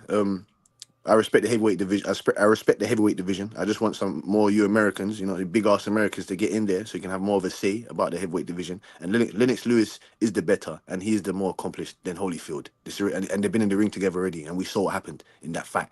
But back to normal procedures and back to normal procedures. Thank you, right side man, for having me on here. Salute. Ohio runs the boxing, Troy, you know what I'm saying to you. And when Shelton does come back up here, Shelton's owed me $100 for more than 3 years now, and he hasn't Huh? decided to pay. Yeah, he's owed me Oh, $100 for oh, oh, what are you? Hold on, for what fight? What fight? Michaela Mayer and Michaela Mayer and Baumgardner. He had Michaela Mayer, I had Baumgardner. He still hasn't paid me my $100. Oh Oh, don't man, tell me that. you picked against an Ohioan. Oh yeah, pay up, man. Hey, Uncle Shelton. I'm just gonna let you know. Every time I see you, Cash saying that you owe him $100 off of that And fight. he's gonna tell you right side. He's gonna tell you, Cass, I've tried it. I've tried. I told you to do. No. I went through Smoke. I called Smoke to try and get the money from him. I called Y Billy to try and get the money from him. I called whoever else. This man has been avoiding me, or I don't know why he doesn't want to pay me. I have no idea what I did to Mr. Shelton, but yeah, man, he owes me $100, and I put it in the chat all the time, man. And every single time I come in, look, don't you realize he disappears? I got it. Hey, look, I got somebody owing me some money, so I know the feeling. Yeah. Uh, Thank you, right side, man. Thank you. I appreciate that, man. You get me. I enjoy your channel, man. You need to, what I'm saying to you, you can have you can be a big pawn, a big piece in this chessboard of boxing YouTube right here. You know what I'm saying, fam? So be more. I know you're always kind of active, you know what I'm saying, but yeah, man, keep doing as much shows as possible, man. You know what I'm saying, fam? Obviously, the time that you do it, it's a bit early over here, but you know me, man. I don't mind being in the trenches with a nigga like right side. You know what I'm saying, fam? So keep doing your shit, right side, man. Please. hey, man, you already know what it is, man. You already know. Hey, like you said, we done been in the trenches together, but previous to this, so you already know what it is, Yeah, Cass. You yeah. already I'm know happy what you it got your is. channel, man. I'm happy right side you got your channel now. You know what I'm saying? You down pat. You stay consistent with your shit, man. And you do different stuff as well. You talk about politics, not just boxing. You talk about life and stuff like this. So that's good, man. I appreciate that, right side, blood. Hey, man, you already know what it is, Cass. Man, I appreciate you, my brother. And we're gonna get some straightening around here. I got questions now. I got questions, but hey, man, keep doing your thing, and man, you know you're always welcome over here, my brother. You already know what it is. Thank you, my Georgian brother, my southern Georgian brother. You know, Ohio, Mister Ohio, man. Yeah, Toledo, Huntington Center, Toledo, Huntington. Albert Bell, you know what I'm saying? O'Shea Jones, you know what I'm saying? Robert Easter, you know what I'm saying? You know what I'm saying? Jared Anderson, yeah. My brother Pay is here. Shout out to my brother Pay. bro. Pay, what's going on, family? Good. How everybody feeling tonight? And we all good, man. I already know what you coming to say. All right, I'm ready for it. I'm ready for it. But we hold on real quick. Technically we are really getting ready to shut the show down because I got to get into my conspiracy show tonight. Okay. I got that show, but I got to see how it work out because I might do another conspiracy show tomorrow, and then boxing Tuesday, Wednesday, Thursday, and then Fridays as well. I don't know, man. I don't know what my schedule gonna be. I'm just trying to be live, talking real shit, man. You already know what it is. Trying to be live. But now, go ahead, Pay. What you was gonna say? Go ahead. No, no, I was just I pulled up late, bro. I apologize, but you said you got your conspiracy show tonight. Yeah, that's what I'm getting ready to get into. Okay, should I just pull up on that then? But no, I was gonna tell you I hope B Norman signed that damn contract, bro. Cause all that talking and shit, hey, I'm done with all that. I feel like Boost made a motherfucking statement last night for everybody that was sleeping on him, but hopefully them boys can make something happen, man. Negro. It's not me, Pay. I don't have. It's BBO, man. You know, he ain't got that drop. So. Yeah, I'm just no. I know BBO can get that message to him though for sure. Cause yeah, all that talking and shit, all right, you gotta have to put up now. Cause like I said, I just feel like I don't know, bro. It's just something about me. Just feel like he really don't want to fight Norman. I mean, he don't want to fight Boost, bro. Like I'm hearing him talking on Mill City today or whatever. Now he talking about he asking for 3 million and all this. You out of order. Come on, bro. I don't want to tell no man what they hear, but bro, they can only go off of what you been getting paid, my G. So I don't know, Okay, man. sir. Excuse me, Mr. Paid in Full. I just wanted to say something to you quickly. You have a point there. Yes, you have a point. Yes, I agree with you. You have a point, but they also have a point being where now that they've defended that belt has some substance now, so they can ask for a certain amount. They can ask for a certain amount of money. He's got the bargaining chip, like with Crawford and Errol Spence, like with Caleb Plant and Canelo Alvarez. They've got the bargaining chip to make the shit move. Without that, there is no undisputed for Boots. Without that, there is no nothing. You understand what I'm saying to you? So they know this. They understand this. So they can ask for that type of money. Not to say that they deserve it or they're in contentions of receiving. I'm just saying that they do have a bargaining chip to say, all right then, you want this belt, or all right then, this fight is bigger than it once was. So yeah, we want that money that we're asking for. You understand what I'm saying to you? Right, but at the same time though, bro, if you can't go to Top Rank and ask them for that same amount of money that you trying to make with Boost, then like we can't, cause I'm pretty sure Top Rank can't even invest. He finna not finna get paid at his next fight. Incorrect. Yeah, no, he's not. No, he's not. So that's what I'm saying. You know what I'm saying? So now it's like, what we doing? Y'all playing keep away, or like what are we doing? Cause like the gap between Norman and Boots are gonna only get bigger. Cause I mean, he got two belts now, so it's like, and then he got the lineal championship. So it's just like, shit. That's why the bargaining that belt is so more important now. That belt has gained more money now because he defended it against Cuevas, and now that Boots has two other belts, the Ring magazine, which actually is established now. It's not like how it was 2 years ago. It's actually established now. He's the Right, lineal champion, and he's got the other belt, the WBA belt. So the fight has gained more traction. The fight has gained more popularity. The fight has gained more money surrounding it. Do you understand what I'm saying to you? That's why they can ask for 3 million, 2.5 million. You get me? I'm with you though. I'm with you. They didn't go to top ranked because they know Bob Arum's not gonna. Like we said. At the end of when the dust clears and settles, we was meant to get Stan Stilian and Boots. It wasn't meant to be Brian Norman Jr. and I agree. Boots. I agree with you. So now that the dust has settled and cleared, and it's not Santillán, it's Brian Norman Jr. Top rank doesn't know what to do. Bob Arum doesn't know what to do because they never had Yeah, any. I agree. I They're agree with you. confused. They're confused. They want to keep that belt over there top rank because they know once that belt leaves that the Yeah, stable, there's that welterweight division over there is dead. It's finished. So I got you. I got you. Yeah, that do make sense, bro. That do make I'm sense. I'm in agreement with you though. I'm in agreement. He should be But going to my top thing rank. is this though, but this my only issue, bro. Cause like at what point is it like you pricing yourself out? Because at one, if you only made, like, let's say, like, this just random. Say if he made 200,000 his last fight, but then you come to the negotiation table, you never been a headliner. I mean, you really only really like leverage you got is your belt. So if we offer you if we offer you 1.5, then we come back to you with 1.7, it's like, bro, that's way higher than the money what you getting paid now. So it's like, do you leave that on the table, or do you just be like, all right, fuck it, we just gonna keep going our way, and then your next fight, now you only making 500,000 your next fight. But if there's a possibility paid in full, if there's a possibility though that they say to you, you can take this 1.7 now, but there's a or not even or you take this other possibility, you can not take the 1.7 Mm-hmm. and then just take the 500,000, and then there's a possibility down the line that you can make 3 million upwards. Would you take that? Got you. I get what you're saying. Got you. Would you I take the get what you saying. 500,000 now and possibly the 3 million down the road, or would you take the 1.7 and then call it quits? Right, I get what you're saying. Yeah, that makes What sense. would you do? What would you do? And for me, shit, if I feel that, to be Be honest, honest now. bro, if I feel like I can beat that nigga, bro, I'm gonna take that 1.7. I got a chance to, because what if I take this 500 fucking mil? If I take this 500,000 and I lose, then I'm This in a is a fucked up, sick Negro. and I just got this check. You know what I'm saying? So I understand your logic as well. That's why I said I don't disagree with you. But at the same time, it's like, shit, if that 500,000 worth the reward, like, is it really worth it? Because if I lose, then I'm in a fucked up position. I'm way back. My stock done plummeted. Like, I'm way Yeah, back at the bottom. correct.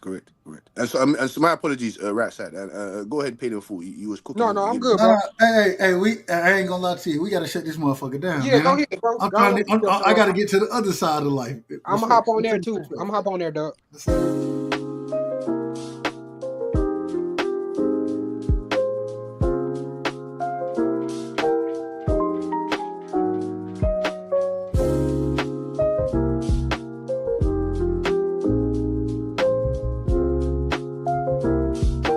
On behalf of BVO Boxing TV, we would like to thank our sponsor, Raycon. Don't forget to grab your Raycon everyday earbuds, the perfect bass model for premium sound, with active noise cancellation to block out distractions and transparency mode to keep you aware of your surroundings. They're ideal for your everyday needs. Just visit rayconglobal.com. That's rayconglobal.com and elevate your listening experience.